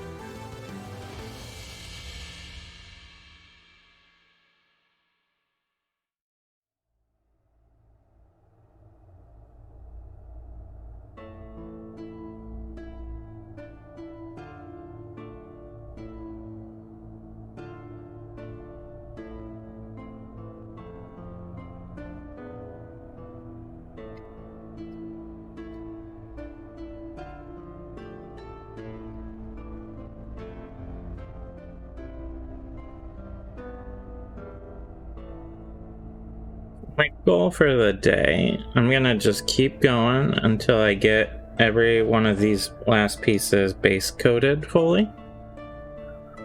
Then we'll probably end there. It'll take a little while, but you know, that's how it goes.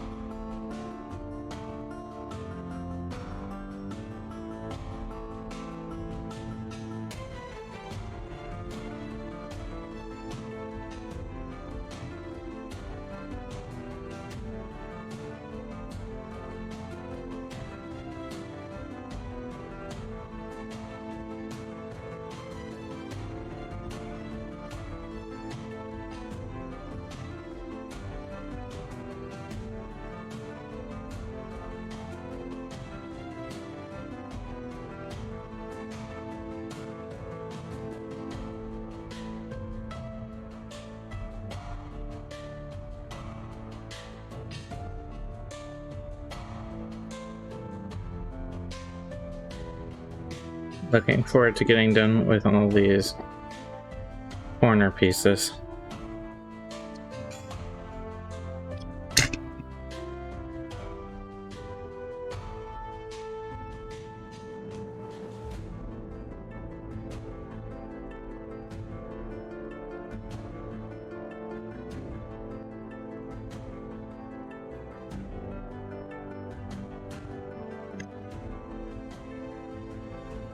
Last one of the square corners. Then we have some round corners, which aren't nearly as bad to do.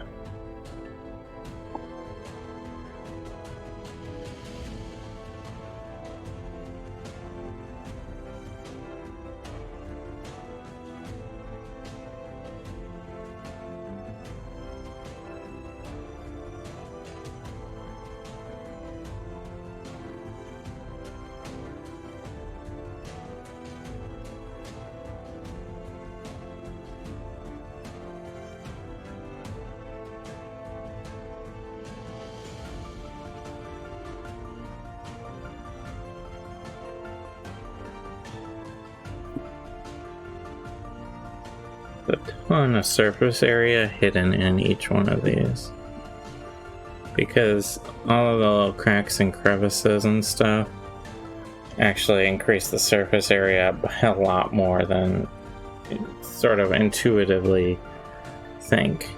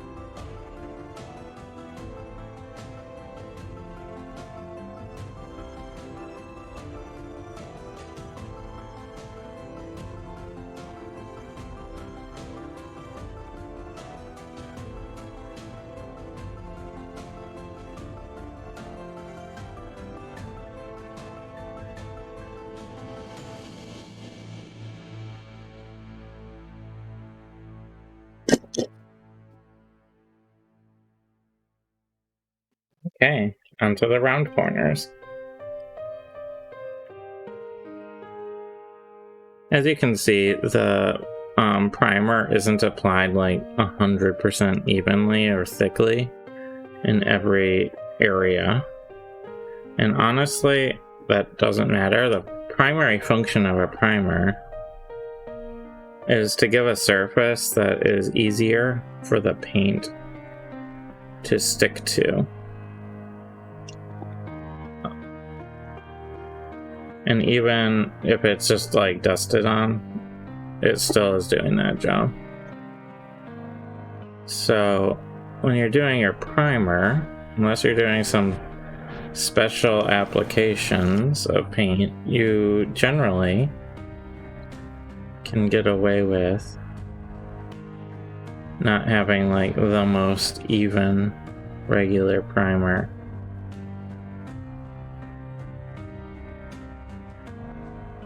It gets painted over anyway.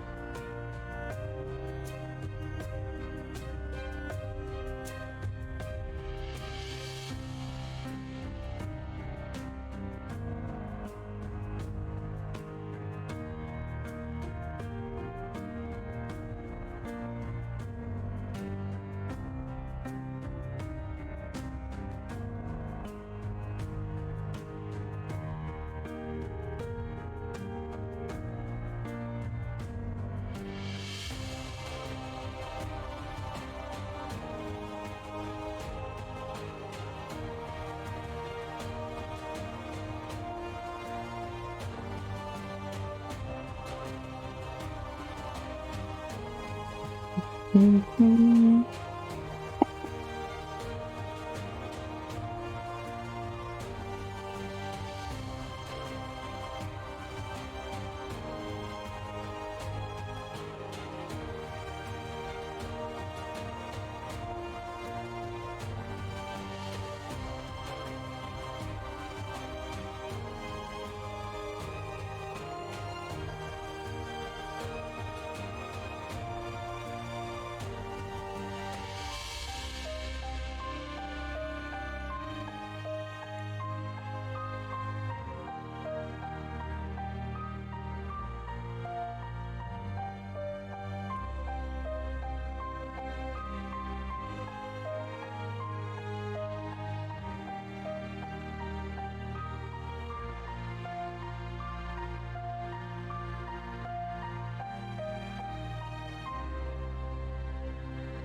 Once I get through the corners, I'll switch to the walls. Sort of progressively going down harder to easier.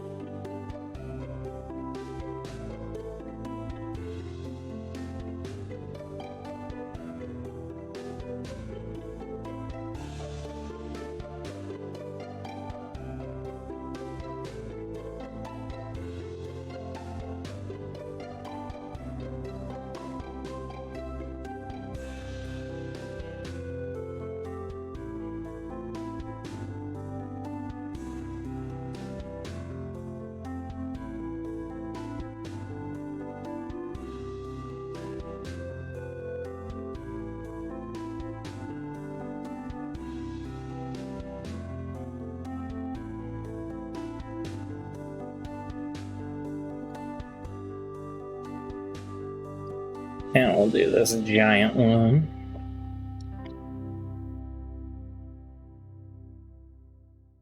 And once we get through all of these, we'll go back to the first ones I did. I've been dripping paint. We'll go back to the first ones I did and give them their bottom edge, as well as any touch-up that looks required. So if there's any areas where the paint's a little thin or otherwise in need of a little extra, or I might have just missed a section altogether. That happens sometimes when you're painting a lot of pieces. You just realize there's a whole section that isn't painted.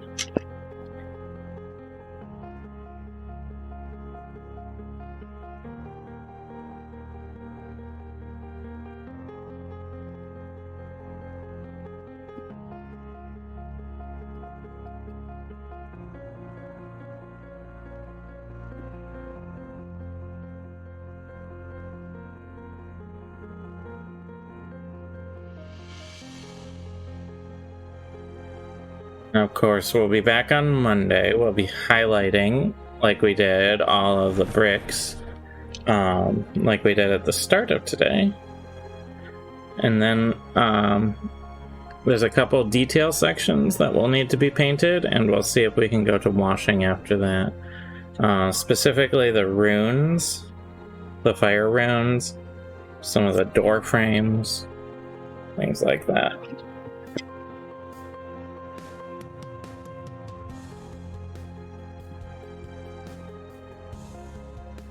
Just getting a rough amount of paint on the floor here. The floor actually takes quite a bit of paint to get covered properly. And we'll probably need some touching up.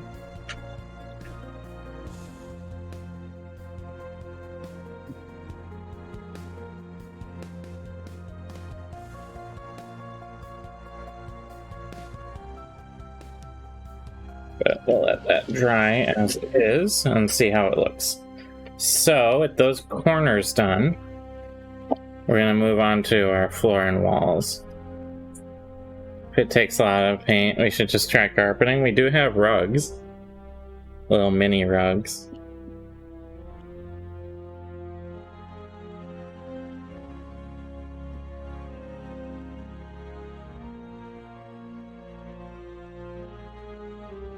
Just cover up the spots with those.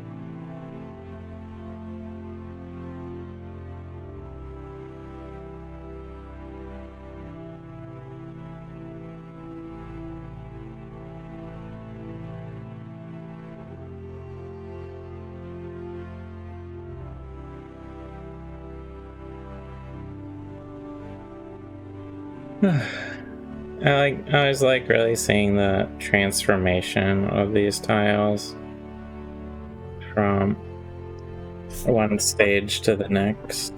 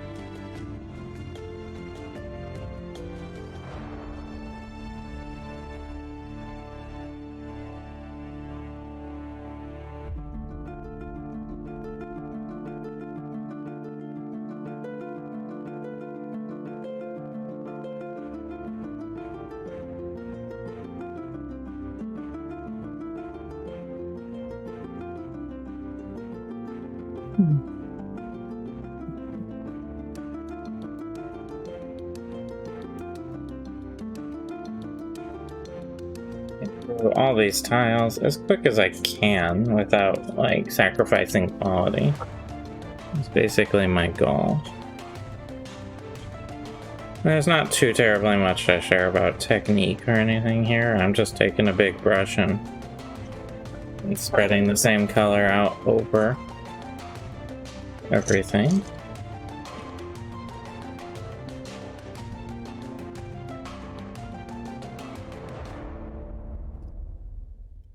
Got some windows and stuff going out. You demand sacrifice? What kind of sacrifice?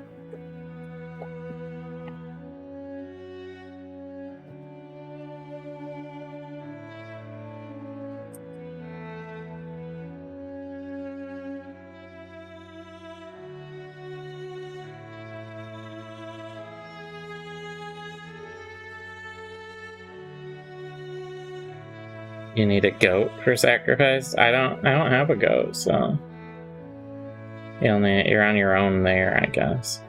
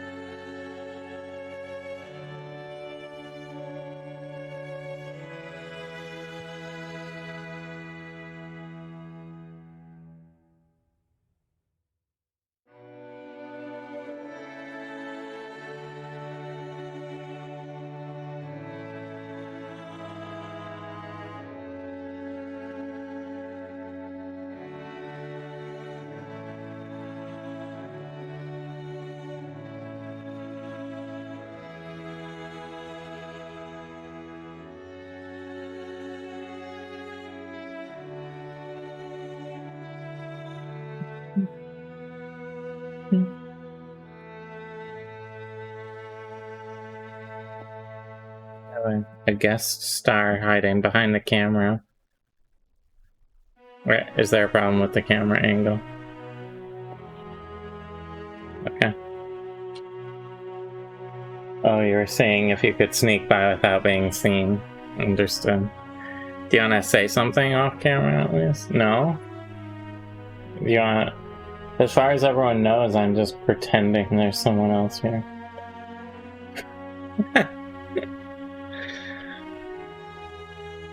Really? With a hammer?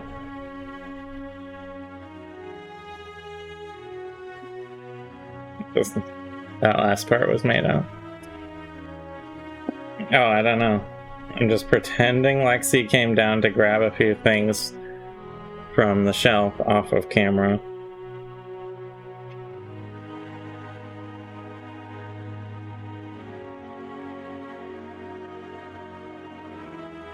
No one's gonna believe me that my wife, who lives here, came down and grabbed something.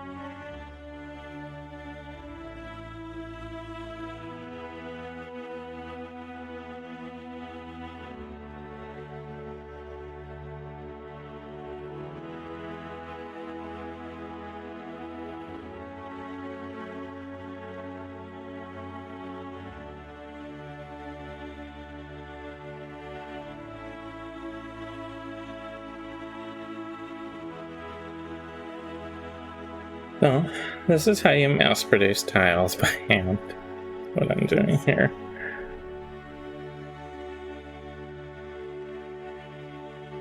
It's a relatively repetitive process, but you know, you can let yourself go into the, like, moment and kind of zone out, and it's not too bad, actually.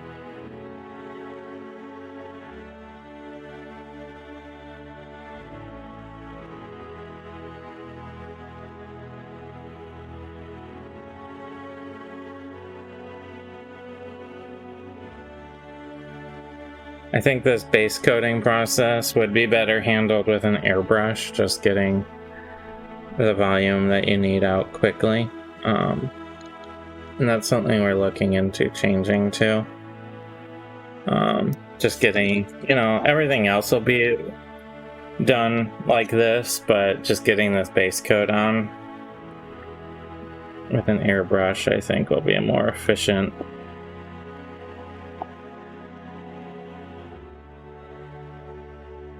Get more consistent coverage, everything like that. But we'll need to make sure the quality is maintained as well.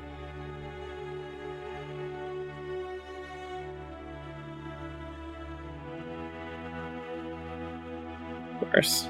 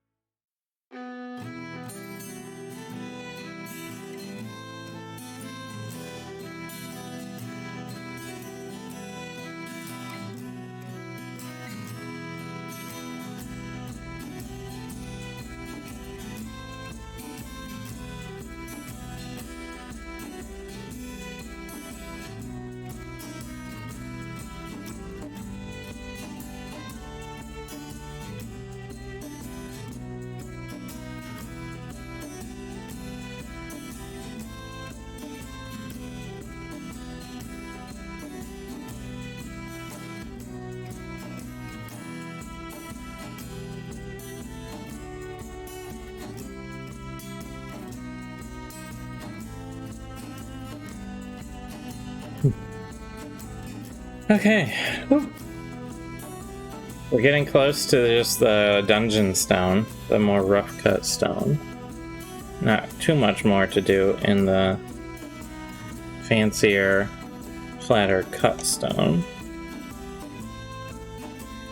Here.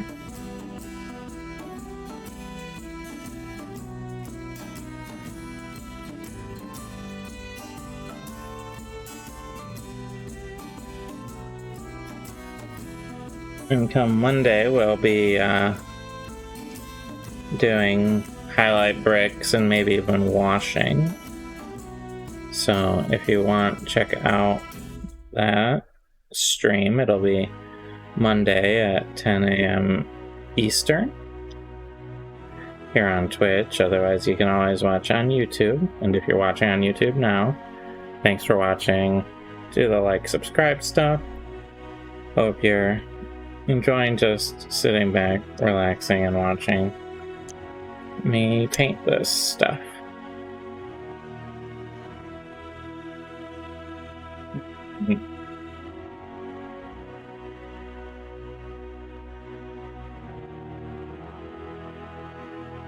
These dungeon tiles are a great addition to all sorts of TTRPG, tabletop RPG games. You know, they don't have to just be for D&D. They're great for any system. Obviously, these are sort of a fantasy vein because they're like dungeons and stuff. But anything that uses a 1x1 grid for combat can really... These just add so much flavor to a combat, I feel like. Especially once you start filling them with set dressing, like crates and boxes and barrels and carpets and all sorts of stuff. They just look really cool.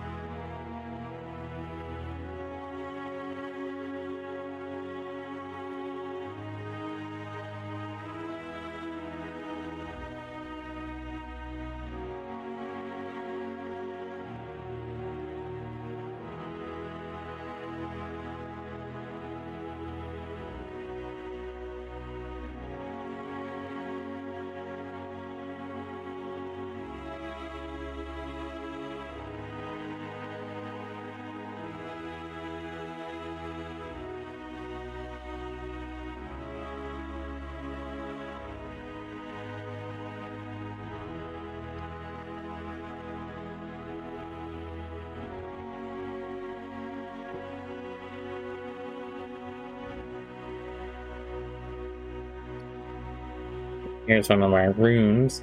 This is something that we'll need to do before washing, getting the detail work in on that.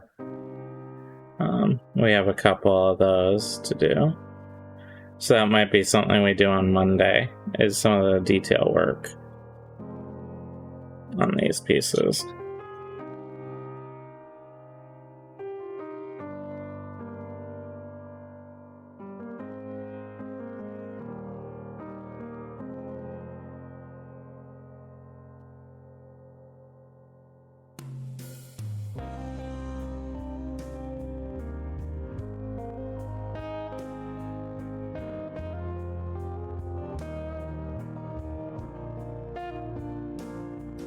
Okay.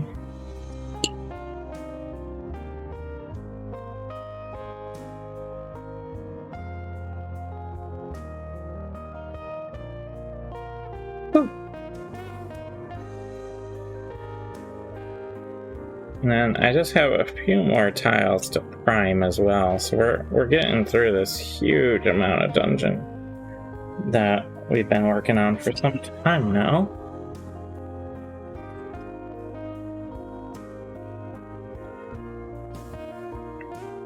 then we're gonna do these pillars.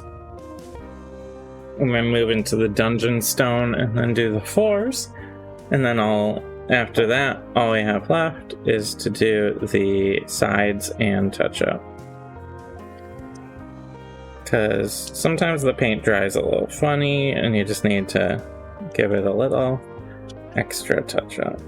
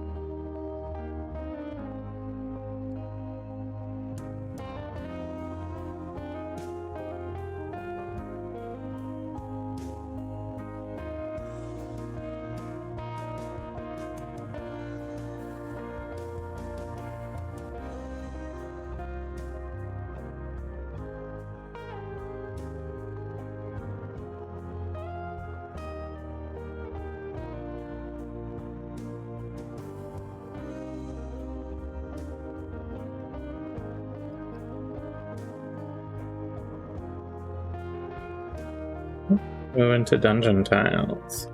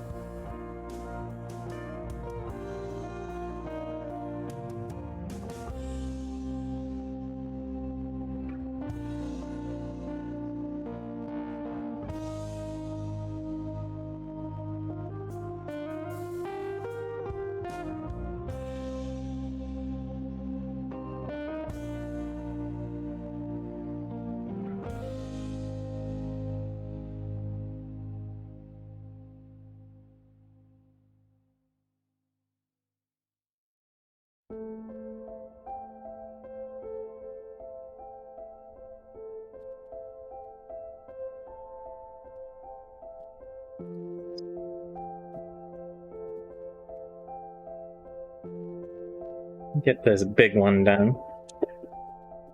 Woo. Table space starts to really get eaten up quickly when you start putting them all. When you start getting them all spread out to dry. Alright, get the cracks filled in first. Because you don't want some of the primer showing through.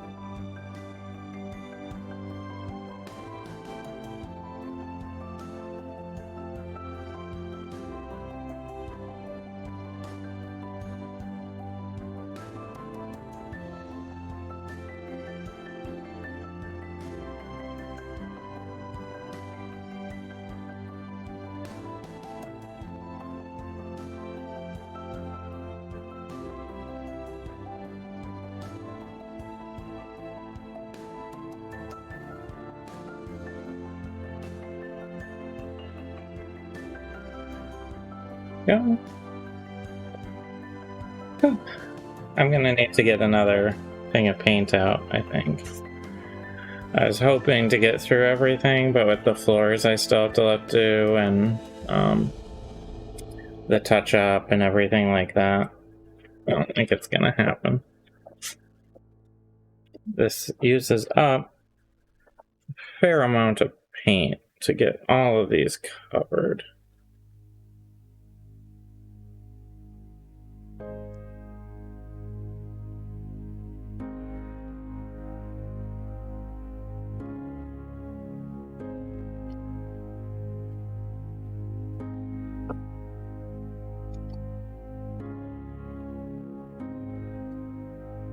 So I'm going to quickly grab another container of paint.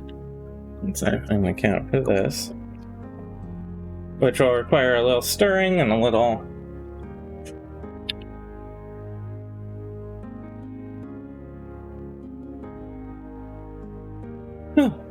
but when you're doing so many tiles at once, that just comes with the territory. Get a little rave screen going here.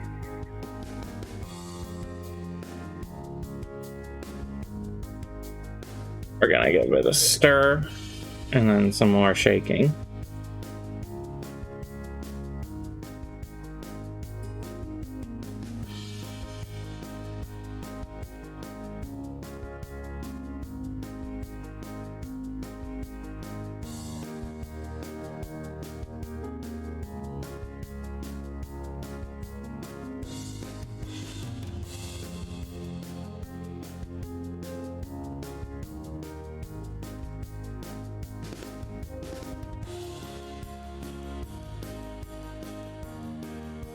Okay, we'll recap it, give it another shake.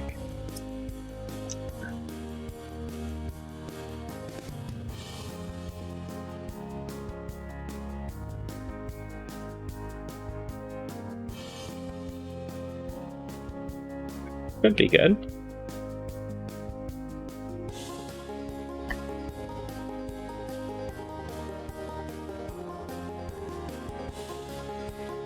Seems alright.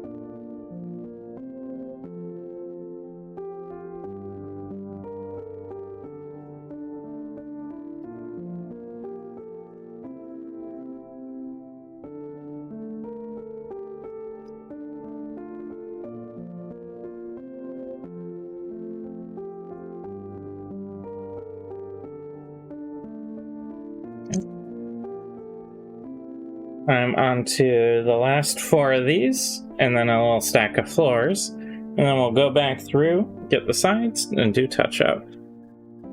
And that'll be the stream for the day. It looks like we'll end at right about 2, just like I intended, which is nice.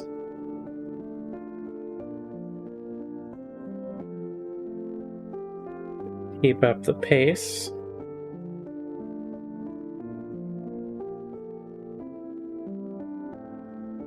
I love having people join for the live show, but I know a lot more people. You can put this on in the background on your own time on YouTube. So, thank you to everyone who's sticking around watching on YouTube, listening to various ramblings and just sort of a little music and sit back, relax while we paint a whole huge mess of tiles.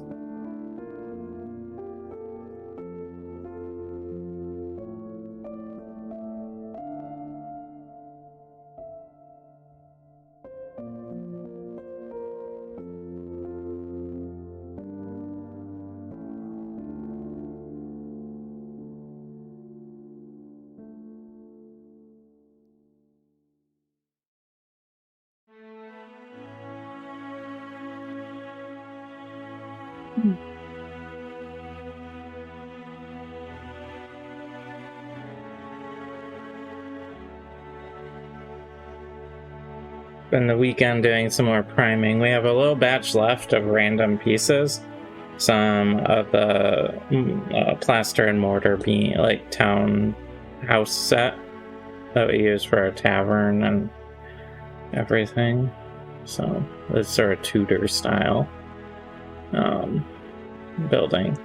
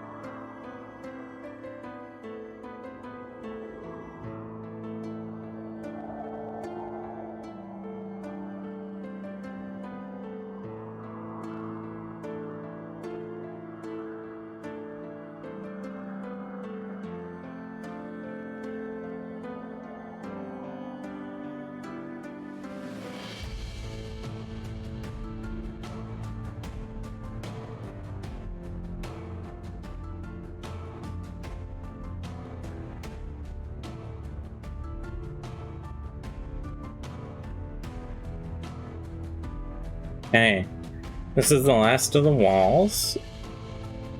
And then we just got the floors left to do. A little stack of floors.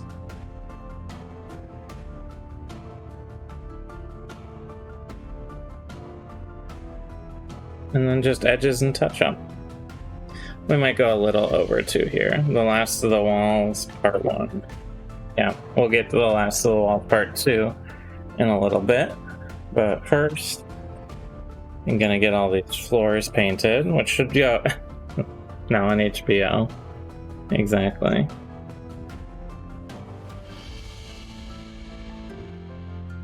The floors should be fairly quick for me to do. Starting with this brazier.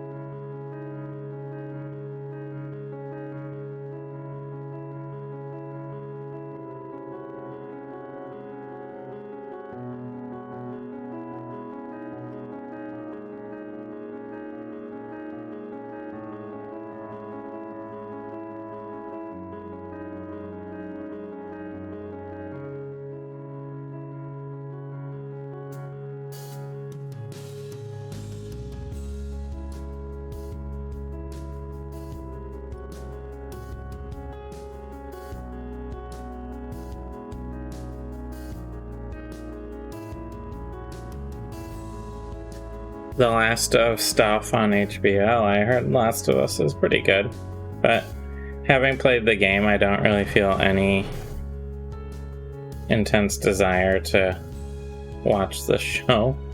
I don't know. It seems like they're sticking pretty close to the story of the show, of the game, with the show. So I'm kind of like, why would I feel like watching it if I've already, I don't know. Plus, I'm not big into horror. Alright, we're moving on to the sides now. So what I'm going to do, each one, I'm going to paint the edges like that and give it a quick once over to see if it needs any touching up anywhere. So like if the paint looks a little thin on any spot, I might just smack it with a tiny bit of paint. Otherwise, my main goal is to just go around the bottom here and get that at least partially painted in.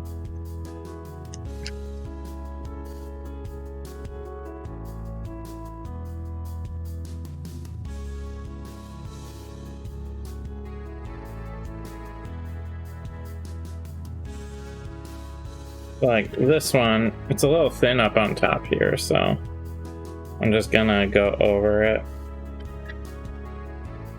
And the floors also tend to get thin, so just giving it a quick little hit with the brush to help bring some of that back.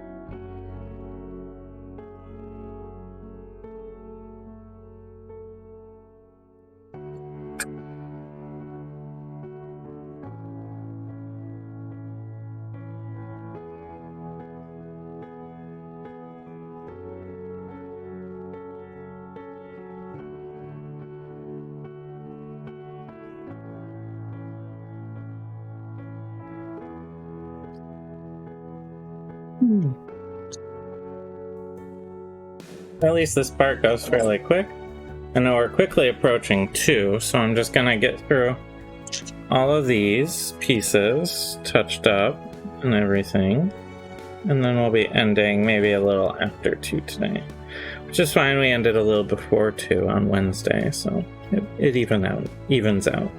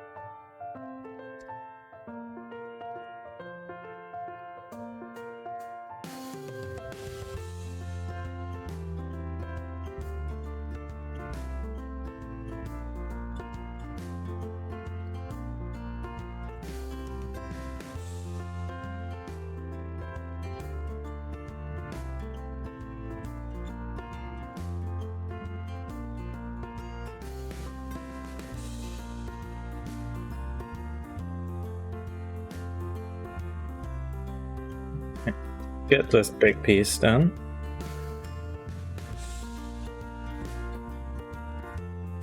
As expected, this floor needs like an extra coat. I need to just do a little on an end touch up here and there.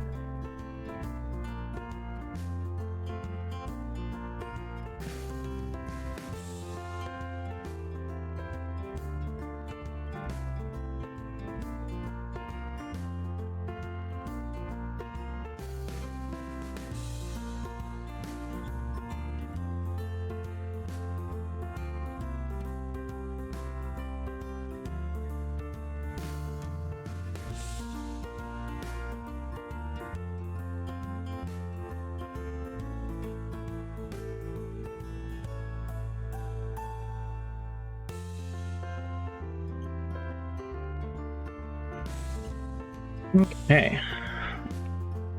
Now we'll just go through all the regular pieces. Bit by bit here.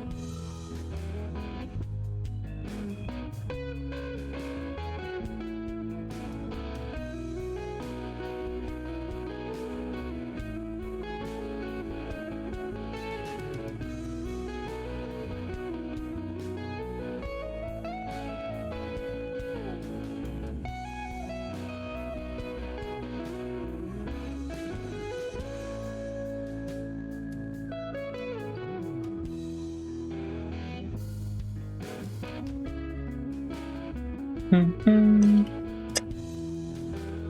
right. We're cruising along here at the end.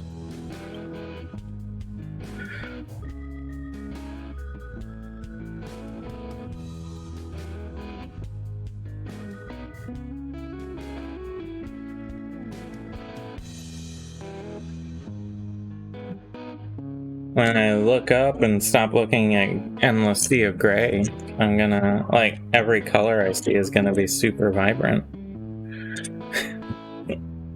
I've just been staring at gray nonstop for a few hours.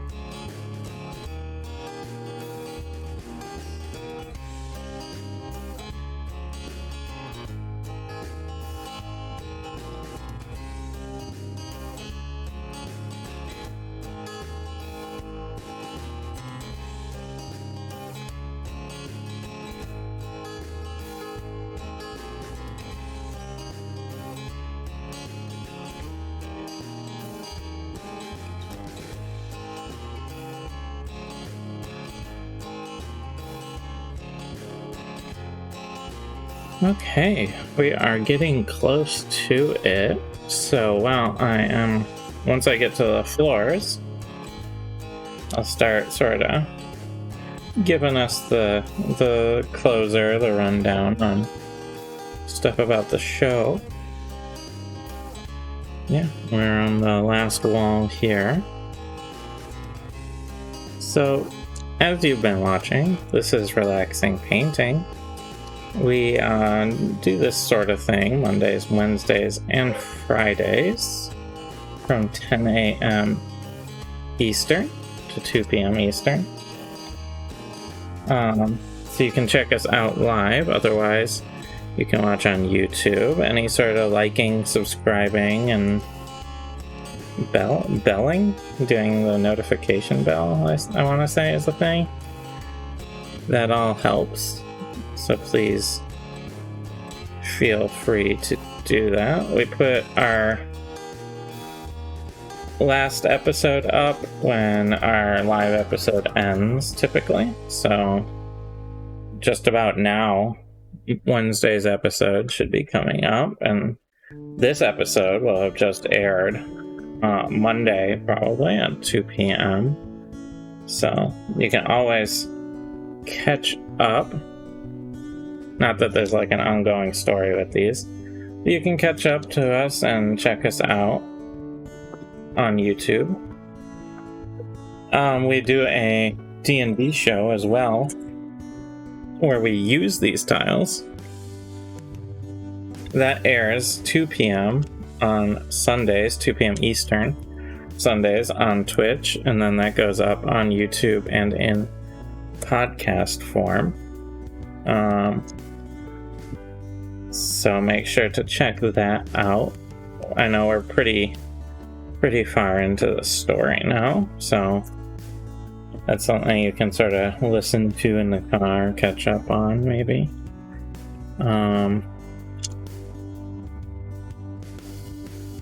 Otherwise,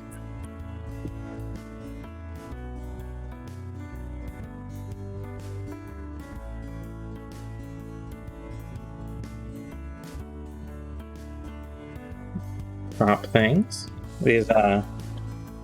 These tiles always make a little bit more of a mess because you have to kind of... There's not a lot of holding point.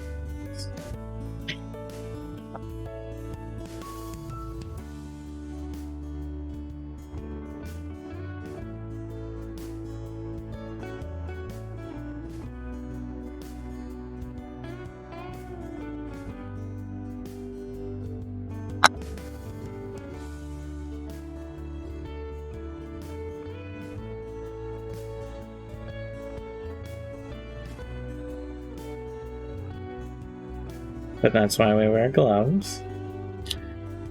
It's good to protect yourself and your hands and everything from your paints. I know there are people who are a bit more laissez-faire about it, but I figure with the volume of paint I work with on a weekly basis, I, should be as well protected as is reasonable. I wear a ventilator when I prime and everything like that. It's always good to be safe when doing this. I know some people like to even lick the brush and stuff, and I don't know, that seems dangerous to me, so I tend to play it safe. And then we'll get to our brazier here.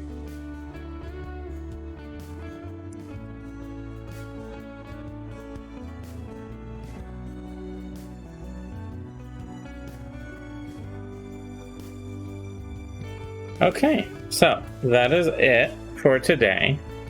I did my little spiel on the shows we do. So, thank you so much, everyone, for watching today. We'll be back. Well, the next time you can see me will be this Sunday at 2 p.m. Eastern here on Twitch. I think it releases Monday or Tuesday on YouTube, the new episode of our D&D show. Otherwise, I will be back on Monday for more painting. So, thanks for watching, everyone, and we will see you then. Bye.